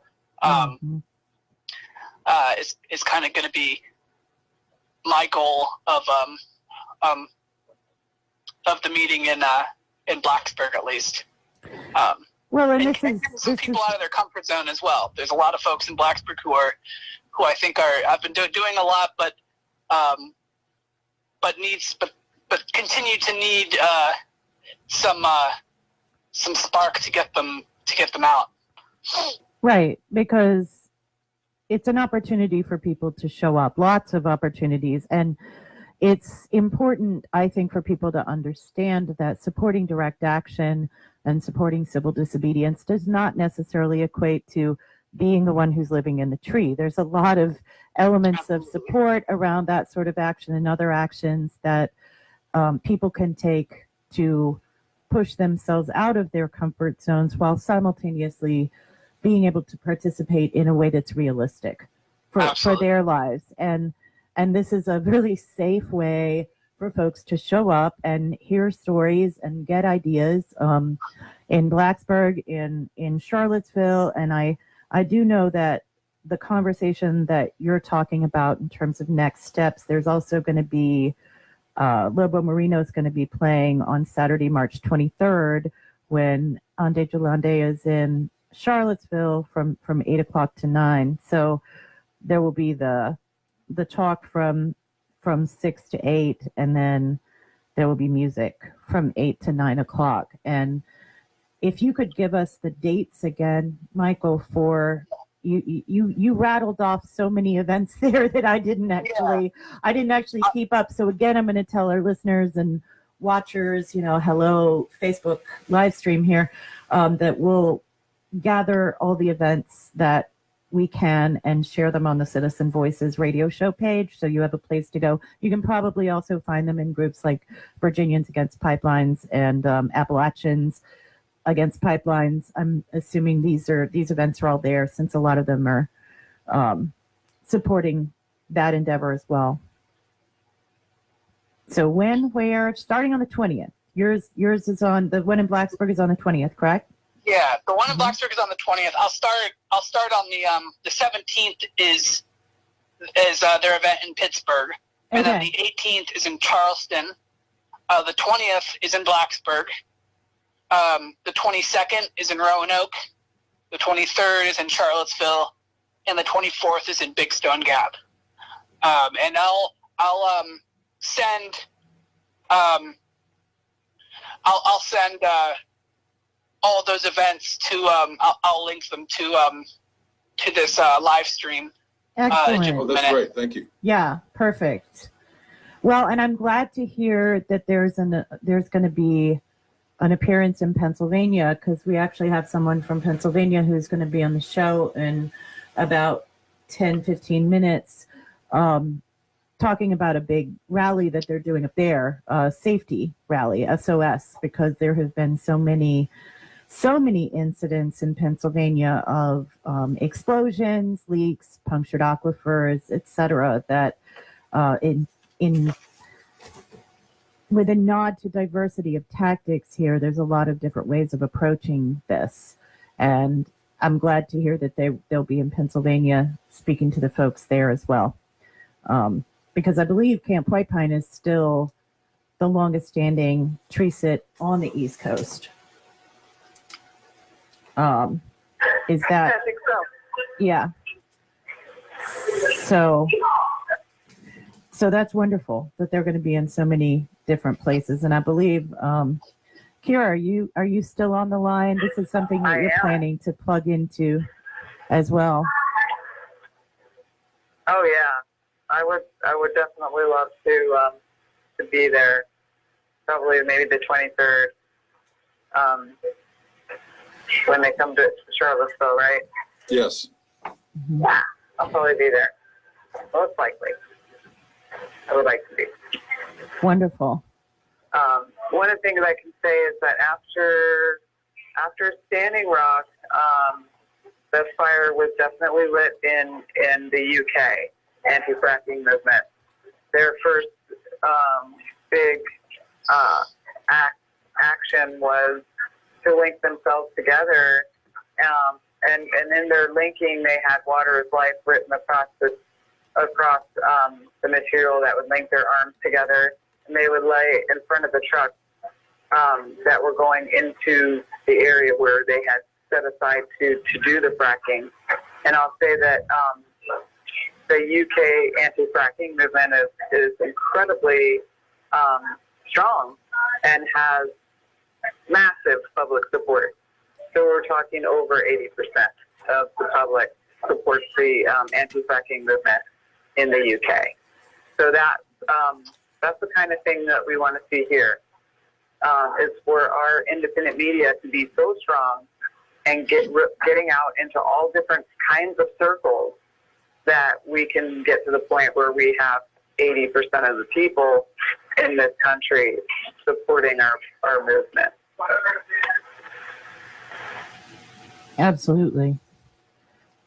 I would say that there's a lot more public awareness at this point about fracking, and I mean that's the genesis of these pipelines. Yeah, I think the problem is that most people think that it's a problem in Pennsylvania, but not in Virginia. But that's not true. There's fracking in Virginia counties right along the West Virginia line, and tons of it in West Virginia. It's whether people think it's a problem in general, I believe. I mean, we have to move past that point where, I mean, most people are become involved when they are directly affected, and I think that we're having a mass wake up at this point in terms of people realizing that we're all affected, as we were talking about earlier with the school strike next week. And actually, that reminds me of something, Michael, I wanted to ask you about. In terms of, there's been a lot of talk of the Extinction Rebellion and that movement in terms of a mass uprising. Is there any connection to the group that's visiting Virginia and Pennsylvania and that movement? I think as always there are circles overlap. But yeah, I think they're so Ende Galante is primarily connected with Rising Tide right now. But yeah, I mean different affinity groups doing similar work who have worked together and continue to work together in different ways and times. Yeah, that's my understanding. Well, and it's good. It's good that this is happening on a lot of different spheres, because there will be it'll be necessary for there to continue to be pushback. I like the fact that we're talking both about the rights of nature as a solution, and also, the need for continued resistance. And we believe we have Kay Ferguson on the line to talk a little bit about the event that's going on in Charlottesville. Kay, do we have you? I don't know. Do you have? I think we do. Hello. Hi. Thanks for plugging in spontaneously. I'd love to hear more about the same event that's happening in Charlottesville as Michael's talking about in Blacksburg. Yes, and I just am so excited about this group coming, not only to lift up and inform the folks in Virginia who already might be ready to consider direct action or supporting direct action, but also just to inspire anyone who may just be getting interested in this question, may just be becoming aware of the corrupt robbery that is the MVP and the ACP. And so, Charlottesville is so far from a directly impacted community, but what we're trying to do by having one here is to have a kind of central place where people in the eastern half of the state who might be more directly impacted by the Atlantic Coast Pipeline could gather and be inspired by these folks who've had such success, practically shutting down coal in Germany, bringing 3,000 people to a single action, bringing great beauty to their work. The tree sit, interconnected tree sit community at the Hambach Forest was amazingly gorgeous, really. And also they're very good artists. They're very good at incorporating music, clowning, any graphic arts, visual arts, and so there's a lot to learn from them, and there's a lot of inspiration to be had. And I think it's also great to hear some people outside your own culture. And we can get so bogged down with our struggle, and we can get trapped in that thicket of state regulations and the Virginia Department of Environmental Quality, and lose sight of the fact that this is a much larger struggle, and that the climate change line in the sand is drawn in Virginia along the lines of the Mountain Valley and Atlantic Coast pipelines, and Virginia is up. And Virginia might be the first state to stop a pipeline. Or That'd two. be awesome.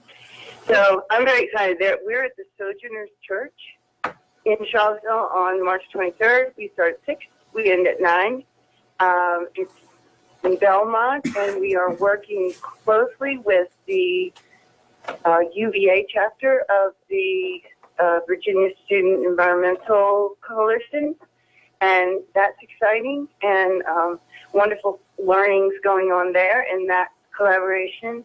And we do have their program for the first 2 hours, and then a chance to move and incorporate and have music in the last hour. So I hope everyone will think about coming who are over here in the eastern part of the state. That's what I got. I'll be there. Great. Well, yeah, I'll be there also. Let me just take this opportunity to do our station identification.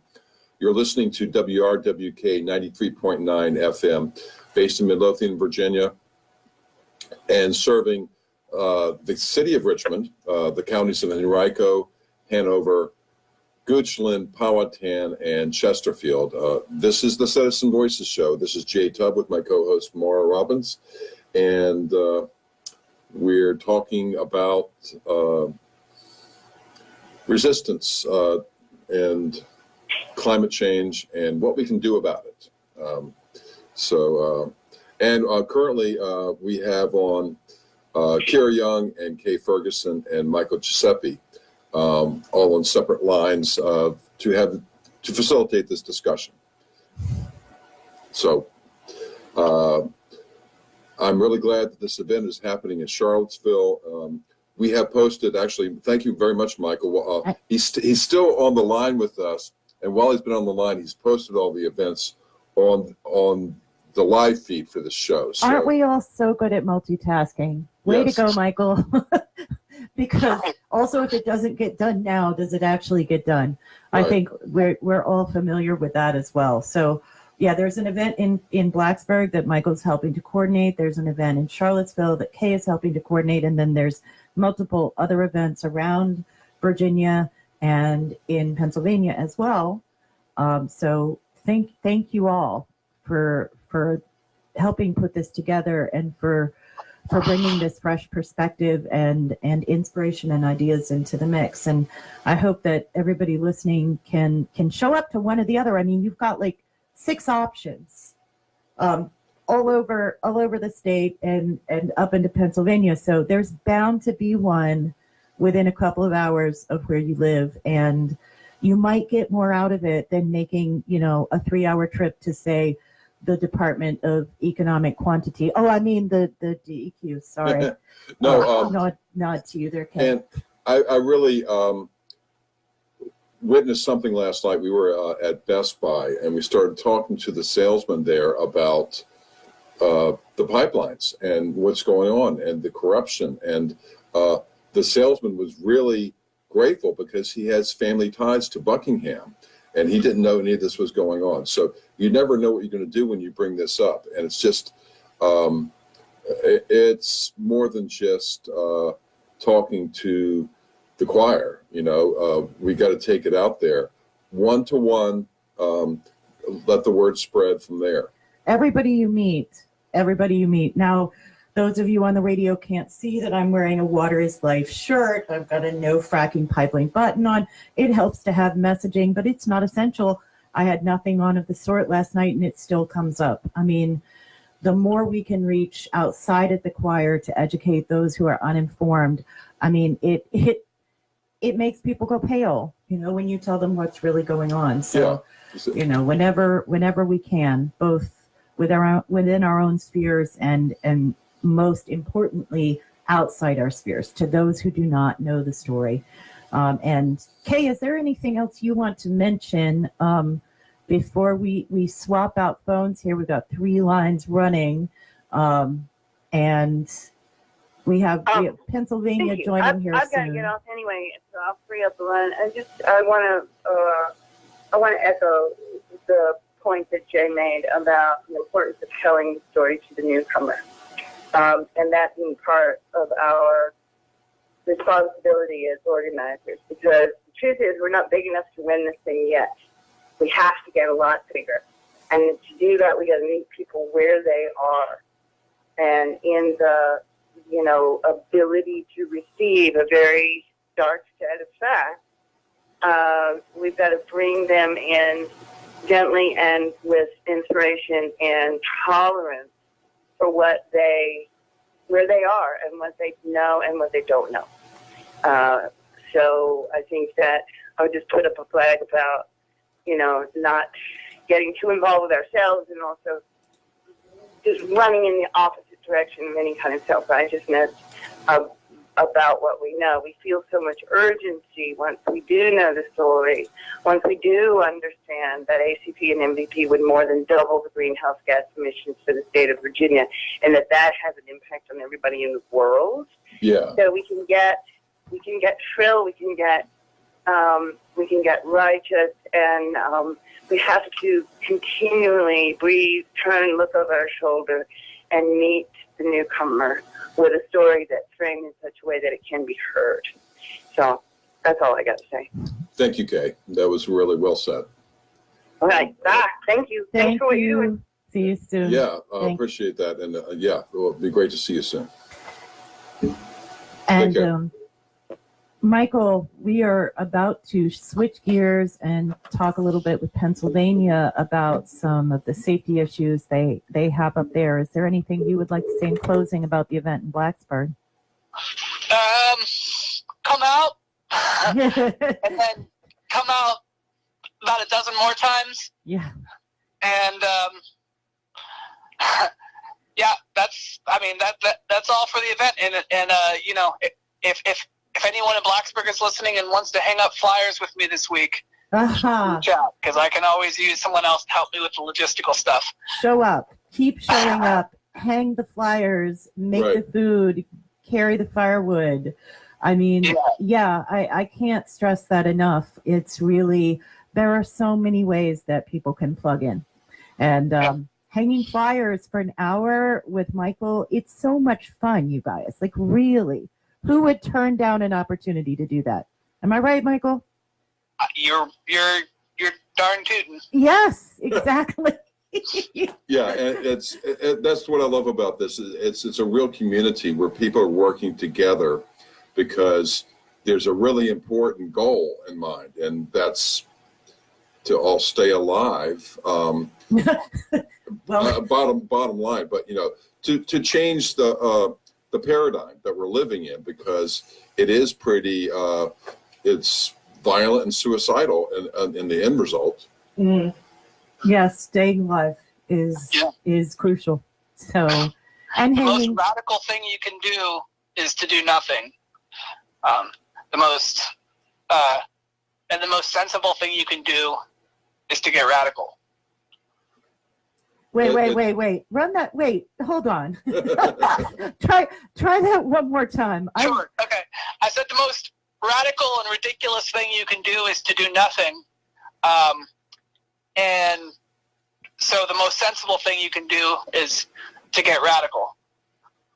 But by getting radical, we do nothing? I'm confused. It is ridiculous. I think radical in terms of, it is radical to do nothing in terms of, it is the, people call us radicals for fighting climate change in the way that we do. And I say that it's ridiculous to do anything but that. Okay.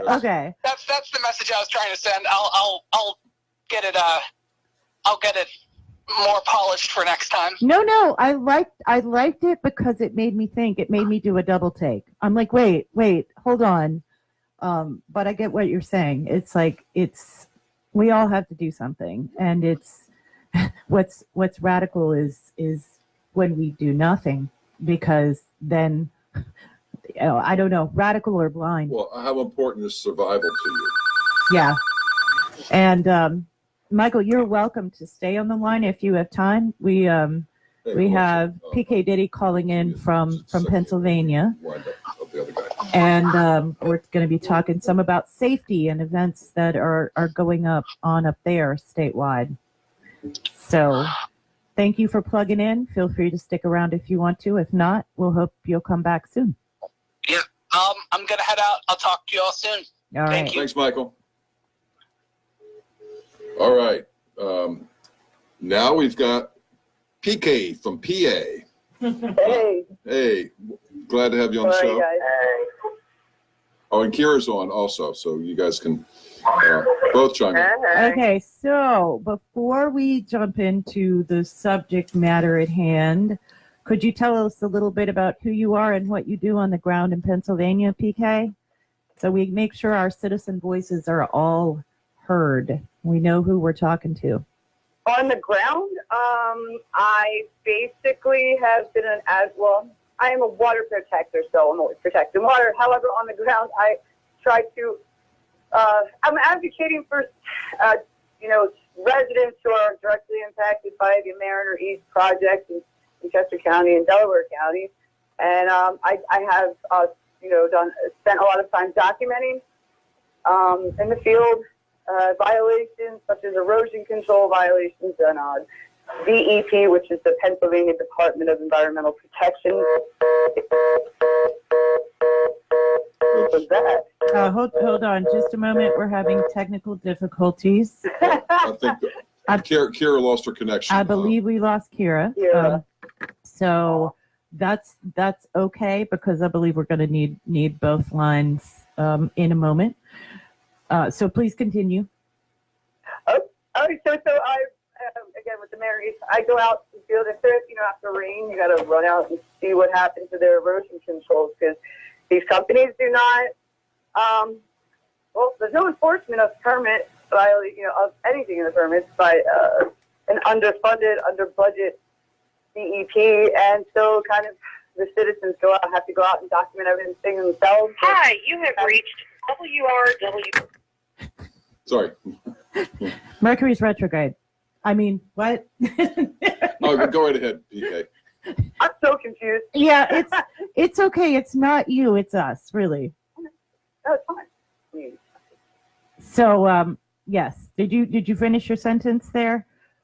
I don't know. Okay. So, you're working in Chester County, Pennsylvania, and part of the reason that we wanted to have you on the show today was to talk a little bit about what you guys have going on, I believe on the 19th up there, which is a rally that is focusing primarily on safety. And I will just mention that in terms of the pipeline fights in Virginia and Pennsylvania, I mean, we mentioned earlier on the show, we're all in this together, and there's so many correlations in all of these fights, but sometimes the places that we're at are different.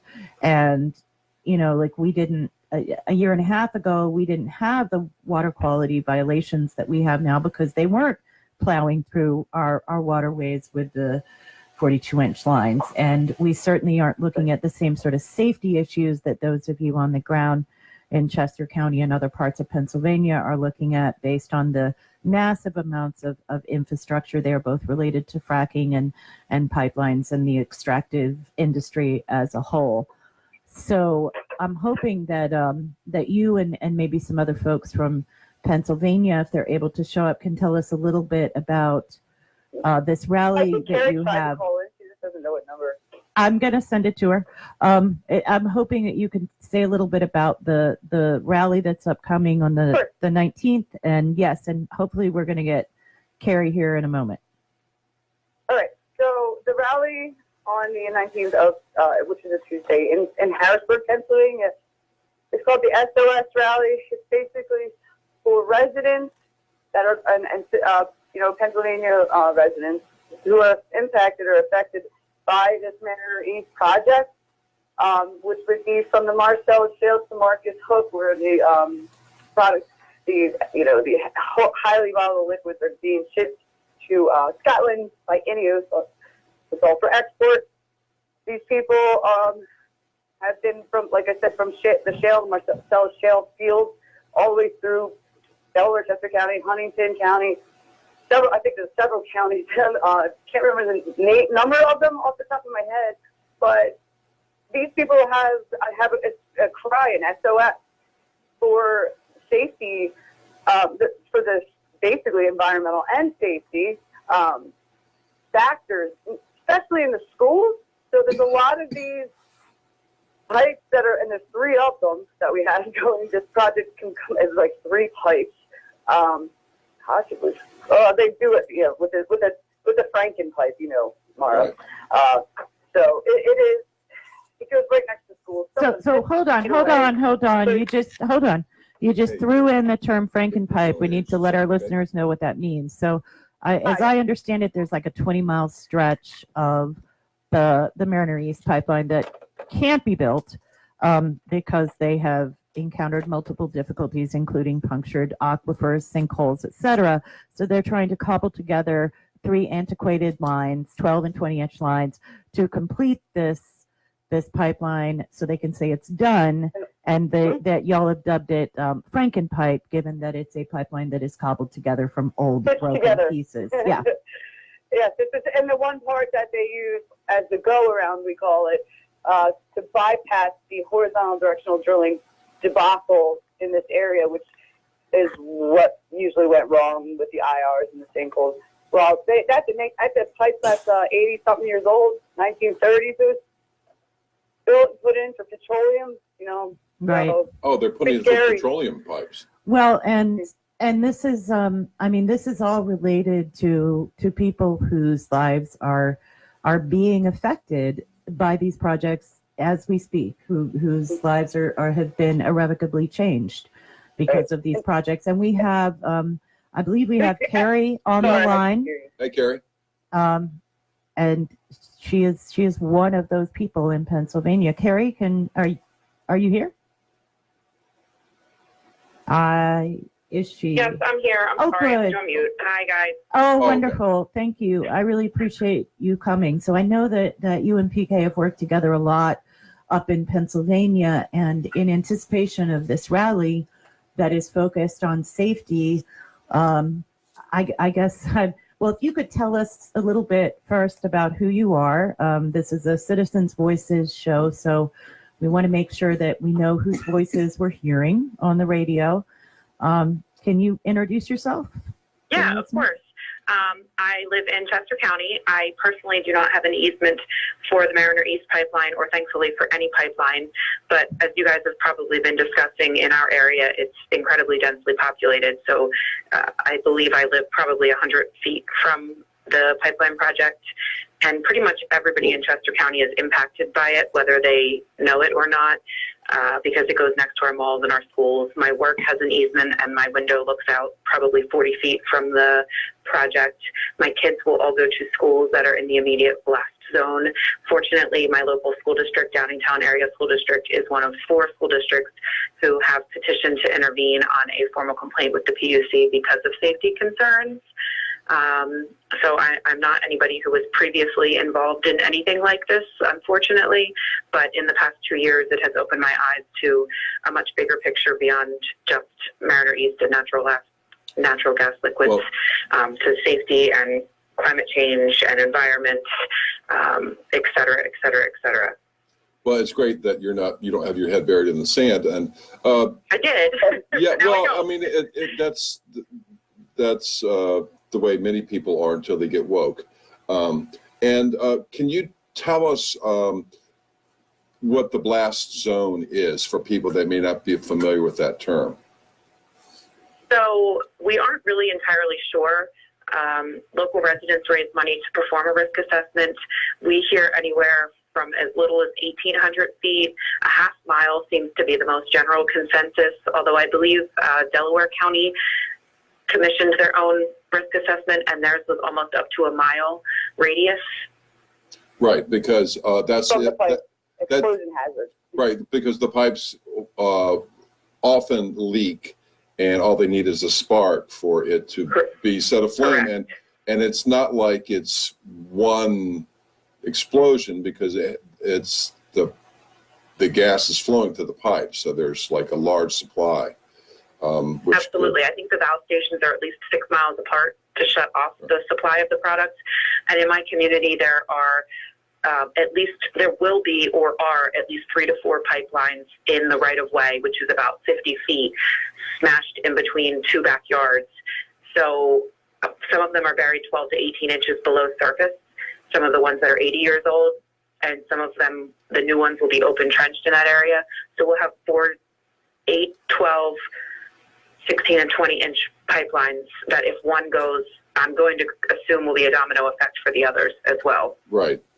And yeah, I've heard the blast zone referred to as an incineration zone, which is much more graphic. Yes, and the PUC, the Pennsylvania Public Utility Commission, likes to call it a buffer zone. Right. Yeah, Well, yeah. that's very Orwellian term to like have a nice, safe sounding phrase. Buffer zone versus death zone, really, is what they're talking about. Well, I think there's a incineration zone, a blast zone, and then an evacuation zone. And the thing that is the most, horrible for me to imagine, as a parent and as a human being is even having to consider these things in terms of where you're living and your children. And it's just, it's unbelievable that we're being put through this. So it seems as if the focus, especially in your region of Pennsylvania, has been on safety and the safety issues, given that you're being faced with them. I mean, as we speak, and within the last few weeks, months in particular, there have been several incidents. And so that's part of why this rally came into being, is to really bring awareness to these safety issues. So can you tell us like where and when and what this is going to consist of? Because as I understand, you want it to be a statewide rally. That is correct. It is a statewide rally. And you just mentioned how pipes have been blowing up recently, and Energy Transfer Partners being the company that is the owner of the Mariner East project. They actually, I'm pretty sure most people have heard about Beaver County, which it was 4 days old. I think it was an operation. The 4th day it blew up. Wow. And so our district attorney is doing a criminal investigation. Also just convened a grand jury, and he is looking into that Beaver County explosion as part of his investigation. Even though it's out of his jurisdiction, there is a connection.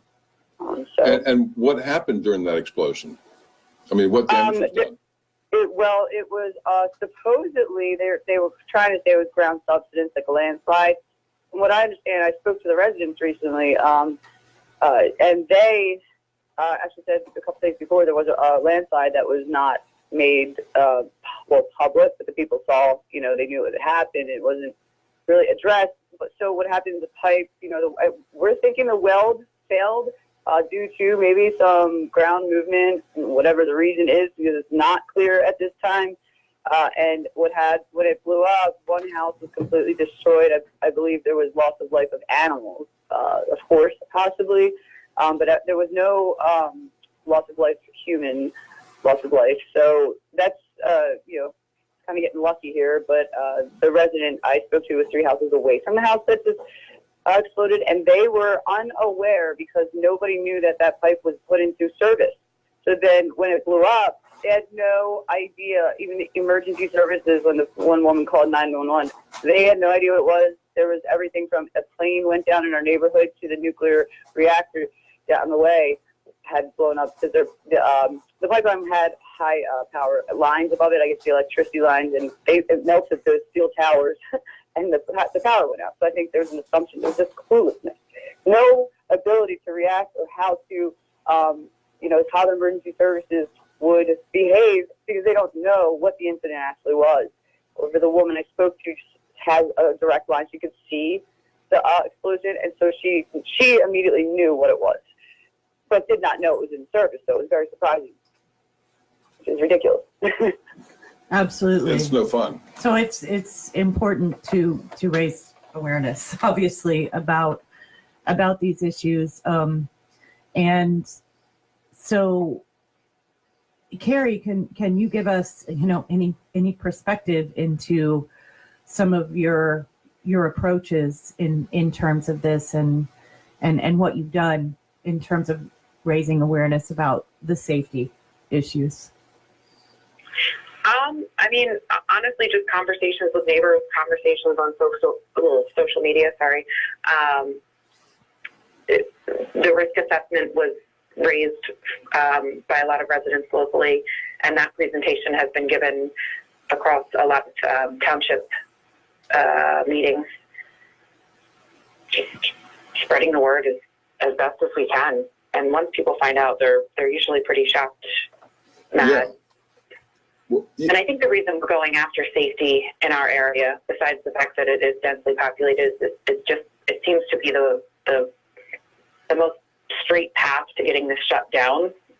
We have the environmental Article 1, Section 27 in Pennsylvania, but it hasn't held up much in court. So even though I did start with my head in the sand, I am more open to the impacts that it has greater, but the safety argument seems to be getting the most traction at this point. yeah, that's a pretty serious safety concern, especially. And one of the one thing we do know is that it is very hard to get pipelines like this stopped, but there is one person in our state that absolutely has every ability to stop this pipeline immediately, and that is our governor, Tom Wolf, who has kind of done smokescreen type of, oh, here we're stopping DEP permits, but those permits that were stopped for us, there's like a halt on energy transfer permits being issued. That was not one of those permits applied to Chester or Delaware County. So he tried to portray that announcement as like, oh, look, I'm trying to do something now. Mhm. And he said he was looking at the PUC to be a little more responsible. It's he's kind of throwing us a bunch of BS essentially, but he knows he can stop it.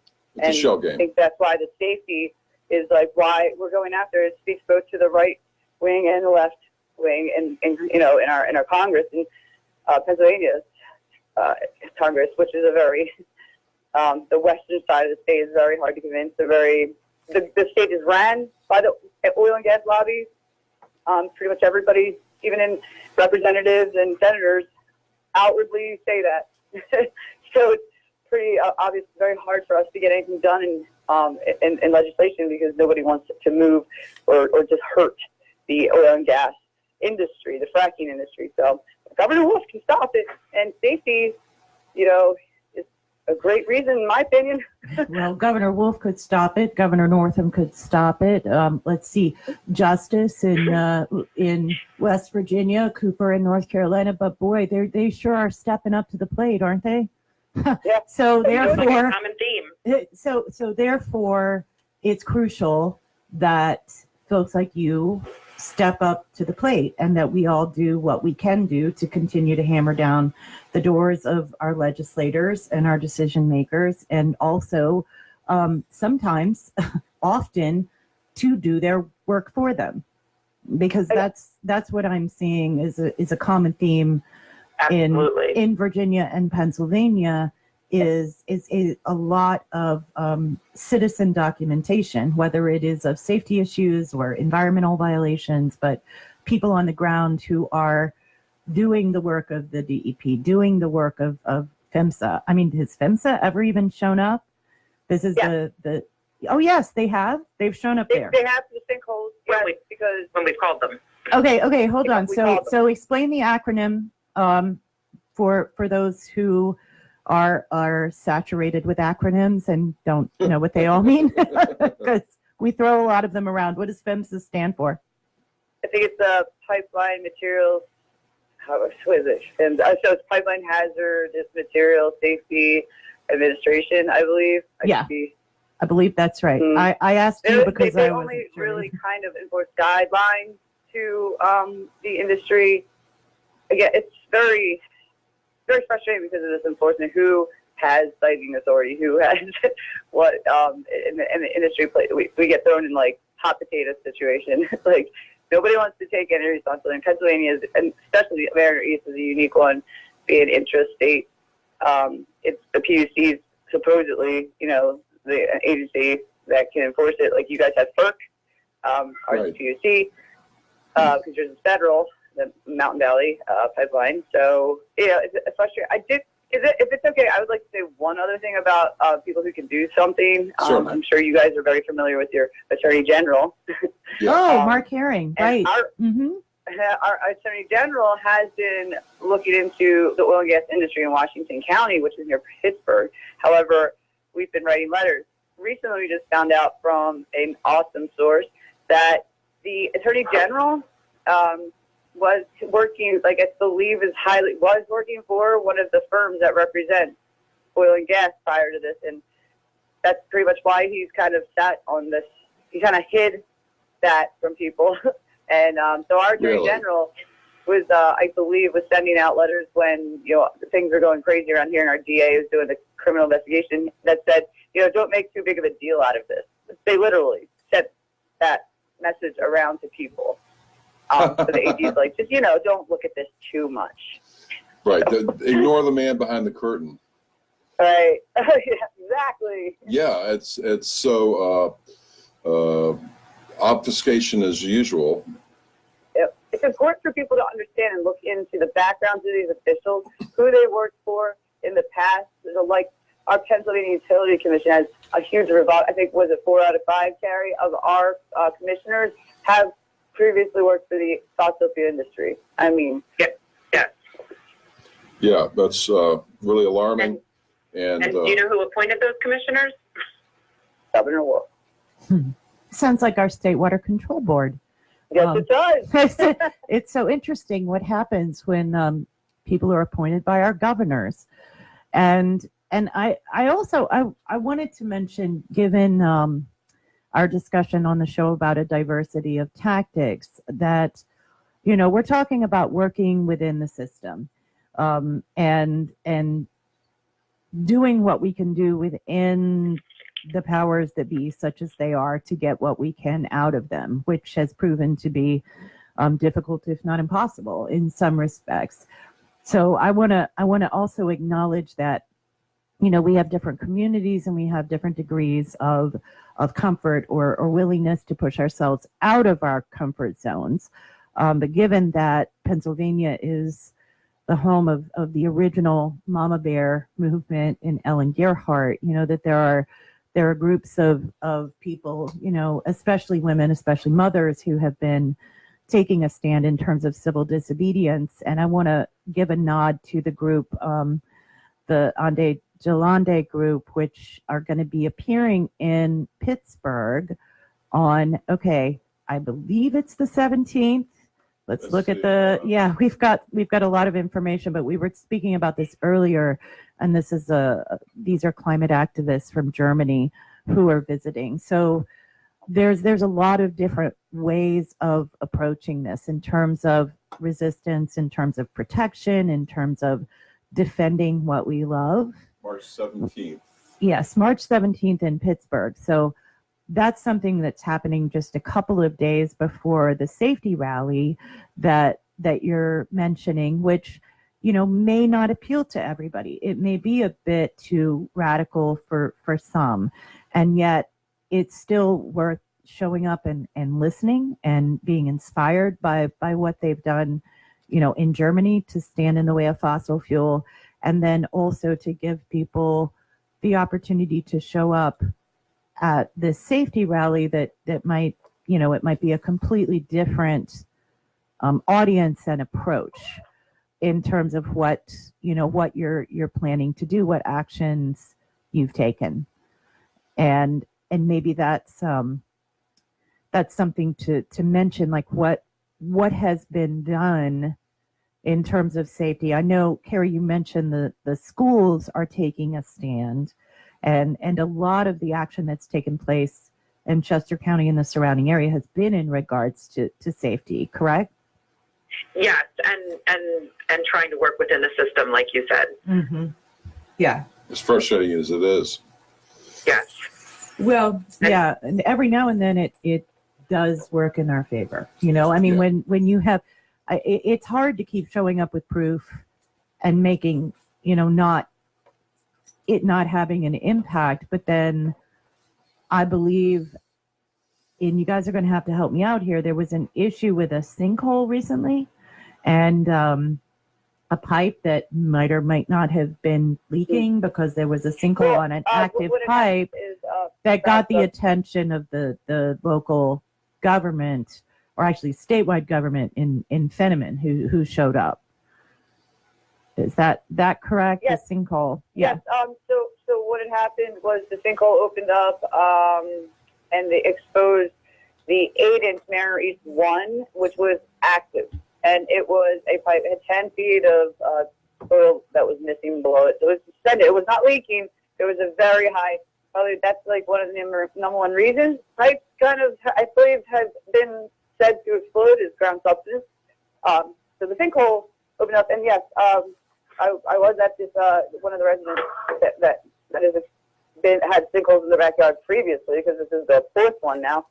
And Senator Ditty did show up in the middle of the night, and he was. I'd never, I don't hang out with politicians too much, but he seems to care about his community, really the people, and he came in a very dangerous time and checked on the residents to see if they were okay. And we all recognized that the emergency services had failed there because nobody was notified anywhere, any of the surrounding neighborhoods, that this was exposed pipe. It was running, and there's possible hazard that it's an explosion hazard because it was freezing cold that day, and the temperature was dropping, and this pipe was just hanging out in the cold with nothing supporting it underneath. So he was there for his constituents. It's a pretty amazing thing. Yeah, I mean that's impressive to have somebody showing up in that way, and it was citizens who discovered this. Is that correct? That is correct. I believe it was. Hey, good. President. Well, NOCO was on scene for like 3 hours. They right. didn't tell anybody. They didn't Right. report it, and they don't have to. Yeah, and so this is perfect timing, because we just had Crystal Mello join us from Southwest Virginia, who has also taken part in documentation, grassroots, frontline work. Crystal, can you hear me okay? Are you You're on the the air. Hey. Okay. So thank you so much for coming back. Crystal was here last weekend talking to us a little bit about what she does in Virginia, in Southwest Virginia, very near where the current tree sits are in Yellowfinch. And we were just talking, Crystal, about the sinkhole that showed up in Pennsylvania and how that was noticed and documented and reported by citizens, not by Sunoco. Go figure. I was listening, and I actually got to watch that live feed of the representative there. I can't remember his name, but sitting at a resident's kitchen table, PK went live with that, and that's scary. Yeah. I wasn't very smart for going in there, but it's okay. It worked out all right. Yeah. Right. Well, and this is something that I think is crucial in terms of this ongoing movement, is all of us working together with the resources that we have to support each other in the work that we're doing. And what, Crystal does on the ground in Elliston is similar to what PK does on the ground in terms of documentation, of course, with differences in what's being done. But it was safety issues initially that I believe connected us, in so much as the Mountain Valley Pipeline was trying to dig under 460, a 4-lane road, and a railroad. Wait a second, 2 railroads in karst terrain, undercut, uncovering underground springs, creating ponds, etc., and massive safety issues, which we learned a lot from Pennsylvania in terms of that. So, and am I right? Is that's how the two of you got connected, Crystal and PK? Yeah. Right. PK, I've talked to her. She's sent me links on horizontal drilling, and you know, it does help to be connected because we all are. A lot of us are just new to it or just don't know, and a lot the people you had on the radio with y'all today are just amazing folks and so knowledgeable, and I've not met but maybe one face to face, but I feel like I know them all. Just watching them helping me be better, you know, it is a community. And like Jay was saying, to get out there, like don't preach to the choir, preach to the people who don't know that this is happening. PK saying that nobody knew that pipeline was in service in Beaver County, that's crazy. Yeah. Yeah. They should be required to notify all the citizens, you know, like at least in the blast zone, you know, but, you know, within the evacuation zones, certainly. I mean, because they don't want the negative publicity, so they don't. Yeah, I don't want people to stay clueless.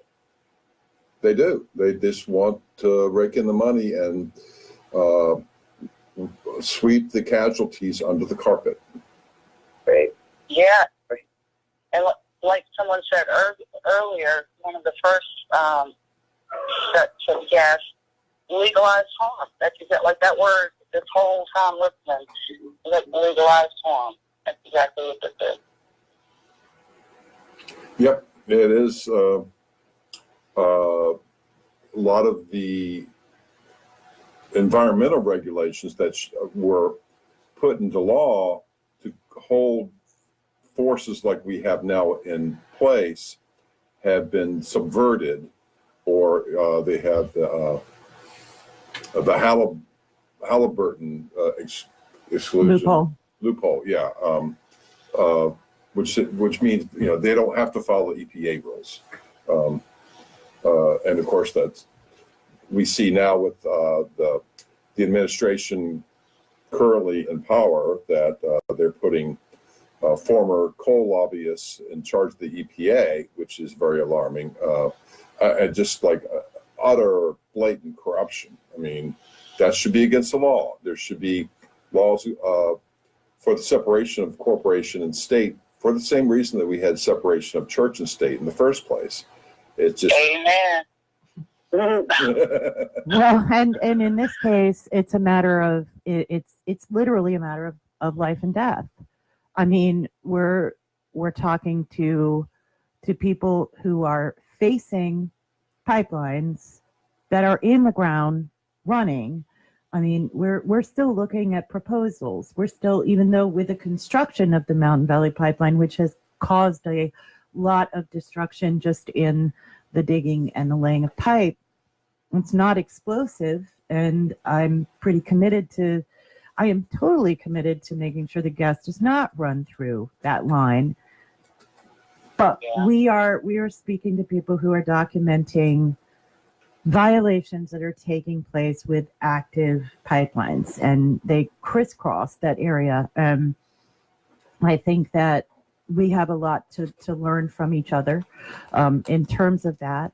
And, you know, I'm curious, maybe Crystal and PK, you could tell us something about like a specific violation that you have observed, uncovered, documented, what the process is, because I know this isn't necessarily possible, you know, for everyone. There are people who want to help who aren't right in the immediate vicinity, but I do want those who are listening to know that it's not that hard. If you see something taking place that you think is a violation, if you are driving by construction and you observe something, that it's not that hard to stop and take a picture or a video or whatever and document it. So can you give us a little idea of what the process of that has been like? You guys can flip a coin to see who wants to start. a virtual radio coin. Go for it, Chris. A specific violation. Maybe I can say something new that I've learned that we should be maybe monitoring.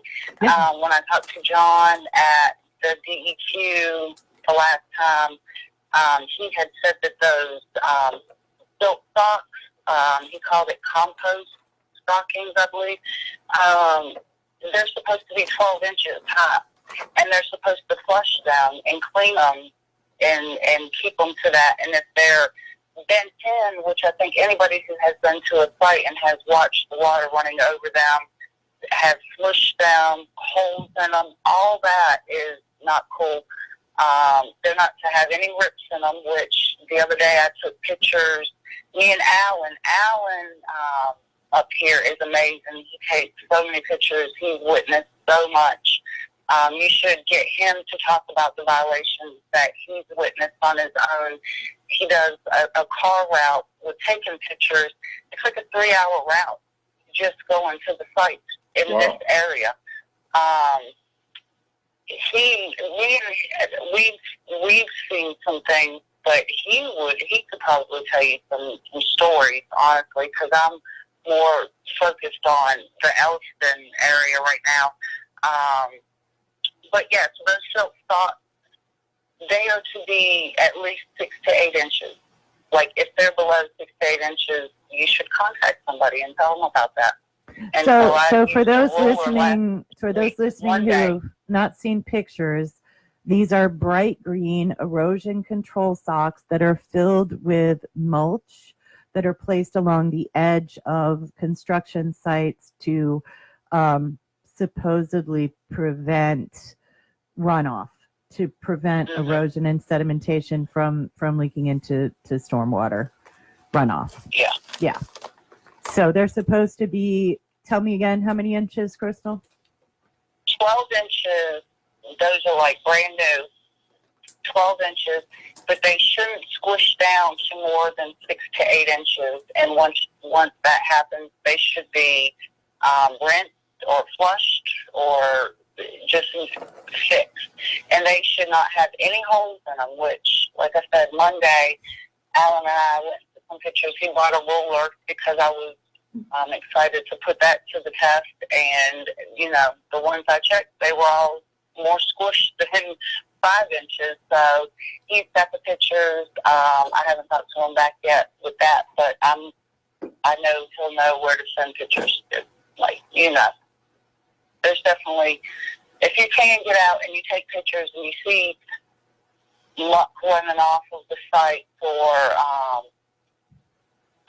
the ground filling up with water that you've never seen there before, you know, reach out to somebody. There are definitely a lot of, there's like Preserve, Montgomery County. All you have to do is just reach out to just one person, and I promise you they'll direct you to exactly where you need to go. Well, and there's Because they're all in it.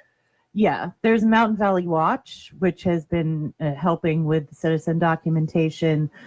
Crystal has actually reached out. You've reached out directly to the DEQ, but folks who want assistance with submitting and documenting, and you know, might not want to call up and talk to John McCutcheon, which kudos to you for doing so, Crystal. But there are groups that will help you with that. Like you said, the Preserve groups are good, or Mountain Valley Watch. They are specifically devoted to documenting and reporting, that sort of thing. So I'm curious. I know that, PK, I know you've done a lot of documentation. Yeah. Is this something that do we still have Carrie on the line? Yes, I'm here. Oh, I hear your little ones in the background.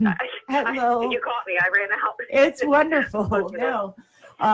So I'm wondering, you know, before PK tells us a story like about a specific violation, like if this is something you've benefited from, if you've witnessed this in your neighborhood or in your fight, seeing citizen documentation, either of, you know, safety issues, environmental issues, etc. Absolutely. And the thing that I would add is I would take pictures whether you suspect something or not, because if I don't know everything. And so what we do is we take the photos and then we share them, and then somebody looks at them and says, oh my gosh, Mm-hmm. So, I mean, I pretty much, they haven't been active in my neighborhood in 14 months now, 15 months, which is a whole other story. They're planning to resume any day now. But pretty much every time I would drive by a site, I would take a video or snap some pictures because you never know what somebody else might see.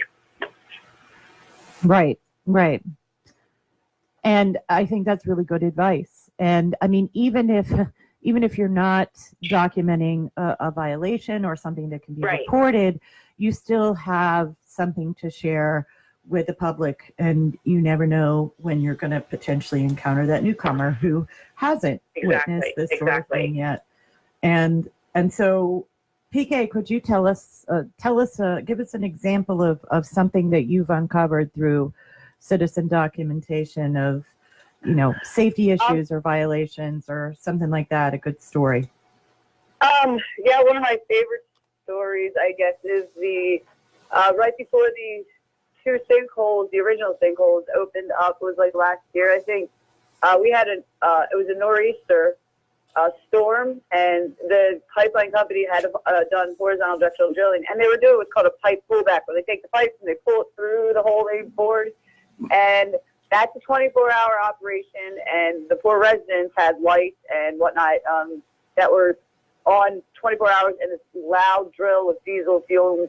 And so I decided to stay up there and document the whole thing. So there's a lot of different ways to document, and some things it just takes a serious amount of dedication and time. I was out, it was freezing cold, it was starting to snow, and I just remember how cold it was, but it was in the middle of the night. They stopped for a while, and then they started back up around midnight, and I was sitting in this neighborhood, everybody had gone to sleep, and watching this pullback, and something actually did happen. I caught it on video. The next day we wake up, we know that there was scrambling on the one resident that I'm friends with. I talked to him. He said there's scrambling on my property, and I was like, because something just happened here, and they're pulling this. We call it the vacuum truck. When they have an inadvertent return, the drilling mud has to be sucked up because it's an industrial waste and put into a truck. So I witnessed them all scrambling at the drill site, at the pullback site, and then I text at the same time my friend TJ, and he's like, well, they're scrambling here, and there's no reason for them to be scrambling there, but because he's not at either end of the drill. So he was in the area where it's like 100 and some feet down below his feet. This pipe was supposed to be. And the next morning he woke up, and there was this sinkhole in his yard. And they contend that it was an act of God, and I contend that they were pulling back and destroyed something. Something happened during the pullback. It was caught on video. I actually was sleeping in my truck, waiting all night there. It was just a terrible. It's like one of my. I have it on video that something happened. It just so happens that the sinkhole opened up, and they're trying to say, oh, that wasn't us. It was an act of God. The rain. And I'm like, no. You pulled a pipe there, probably busted up something. They were going through a Martic fault line, even lots of fissures and fractures in our geology here. They didn't understand the geology. They assumed they knew what they were doing. They screwed up, and then they just tried to say it's an act of God, and which is funny because I caught something on video, and we have a time correlation between what happened at where the sinkhole had opened up in that person's property and my texting. So we have absolute time correlation that shows that they actually went and testified in the PUC about this, that nothing went wrong. And so I gave it over to the DA. I said, this is absolutely something happened. They lied under oath. And, that's but it took all night in a freezing cold. Documenting it's for some residents, I agree. It goes from the spectrum of just taking a picture if you think something, you don't know what's going on, if it's just something that's going on, you take a picture and it's all the way to the other end of the spectrum where you're sitting out, camping out, doing a 24-hour pipe pullback. So for me, I didn't mind doing it. It's kind of fun for me to camp out, but I wouldn't do it every day. It actually is very good evidence. Well, you have you have a unique version of fun, Yes. considering Crazy. your reports of that. But I really want all of you to know how much I appreciate the work that you're doing on the ground, because there are a lot of people who are concerned about these things as an issue, And for those of us, you know, who can't see me on live stream at the moment, there's a big quotation mark around issue there, because there's a difference between an issue and between something that you don't get to choose whether you deal with it or not. You get to choose how you deal with it. And that's what I'm seeing in a lot of the people that I'm fortunate to be connected with, is that there are people like yourselves who are out there all night and making sure that if they mess up, we get it on get it on video, get a picture. There are people. That's exactly why we have a fight here. Many people in Southwest Virginia who have downloaded GPS locator apps like such as Solar Locator, so that they can get time stamped GPS located photographs, which are able to be utilized in a court of law. I mean, some of these were, I believe, used by our Attorney General in the lawsuit. All of these companies have lawsuits against them. They're all criminals. They're environmental criminals. They are, you know, and it's ridiculous what they're getting away with. So thank you for being the eyes and ears for all of us, making sure they don't get away with this anymore. Hey, Mara, one of the fun things about, well, I think one of their worst enemies actually is the thing we have in our pocket. Everybody carries one around, is a cell phone. And it was kind of, you just pull it out and take a picture, you start videoing. Everybody has one, so imagine with everybody who has a phone, you know, you don't have to have expensive cameras. You get the picture to initiate whatever, an investigation or a violation, to get somebody to come out, be like, you can just call and say something's happening. They never come out. They don't believe you or something. But when you have evidence, it's kind of damning. So They don't want to really work. Well, I encourage everybody to be a citizen watchdog like PK and Crystal and the folks in Southwest Virginia. We have many friends who are engaged in documenting what's going on, and it doesn't necessarily. You don't have to drive a three-hour route to do it. Go check on activities in your area. I mean, because it's our water that's at danger, and as well as other things like our homes and children.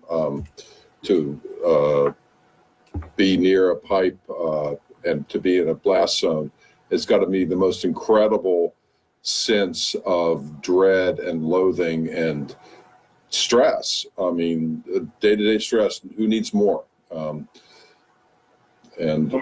yeah, keep them accountable, especially on the people like that live right by it. And I think the biggest thing for me is hearing their stories, the people that live on this route, and if you can talk to the residents, which I know PK does and a lot of people do, and you hear their stories, like the 86-year-old lady that me and Alan talked to, who she gave us crushed soda, her husband's 90, and little pecan pies on Monday, about how she's lived on that area her whole life, 86 years, her whole life, and does not sleep at night in peace because she knows people are working on her land. And I'm not saying MVP workers are going to hurt her or whatever, but it doesn't matter. At the end of the night, she's not sleeping in peace now because there are people on her land that she does not know. And those are the stories also. Yeah. Oh, I have one thing I do want to plug. We do have, speaking of stories, we have this awesome hijacking of one of the hashtags that Sunoco decided to put out, which is called, it's hashtag Voices of Mariner East, and we decided to hashtag that. We made a Facebook page, and we're trying to do exactly that. Encourage people to take 1 minute or 2 minute or 3 minute videos of themselves and tell their story, so everybody gets to watch it. Okay. Awesome. Great idea. Well, we're right at the end of our show. Thank you all so much for being on. This has been a great discussion, and things that people need to hear about this. It needs to be common knowledge, and I wish we were covering the entire state of Virginia on the airwave. I mean, we are on the internet. We're worldwide on the internet. So share, those of you on the internet. Yes. Let's make it go statewide through our citizens' voices out there in social media. Yeah, the video for this episode of Citizen Voices will be posted on the Work FM, and also we'll have it on Citizen Voices radio show on Facebook. And thank you for all you guys do. This is a really good program. Well, thank you. Thank you. Yeah. Likewise. Thank you, Crystal. Thank you, Carrie. Thank you, PK. And good luck with your rally one more time, the 19th in Harrisburg. In Harrisburg, it starts at, I believe, what is it, 10 a.m. in the Rotunda. Yep. And this Sounds exciting. This is in Pennsylvania. And then look on our live stream for all the many, many other events, including Onda Jolanda, which is going to be in Pittsburgh, as well as all over Virginia, the 17th through the 23rd or 24th, I believe. And then the Water is Life fundraiser, lots and lots of things going up, lots of ways for you to show up in some capacity or another. Yes. And you're listening to WRWK 93.9 FM, based in Midlothian, Virginia, and serving the greater Metro Richmond area, the counties of Chesterfield, Powhatan, Goochland, Hanover, and Henrico.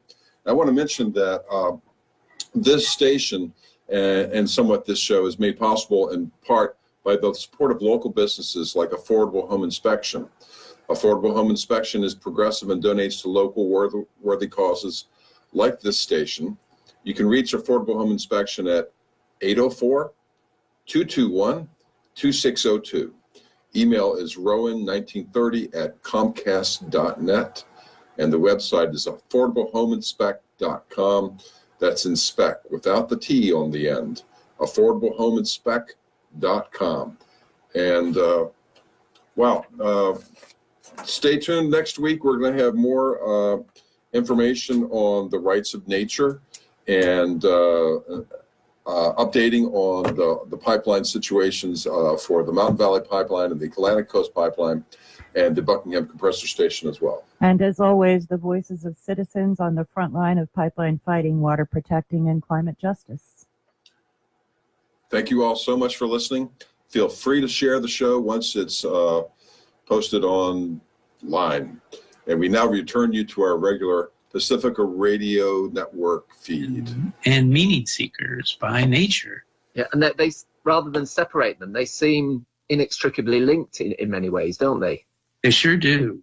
Okay, well, we readily appreciate this way of engaging with the world, especially, with professions like a neurosurgeon or a concert pianist or a sculptor. But you argue that this dynamic, multi-dimensional intelligence is likewise also very much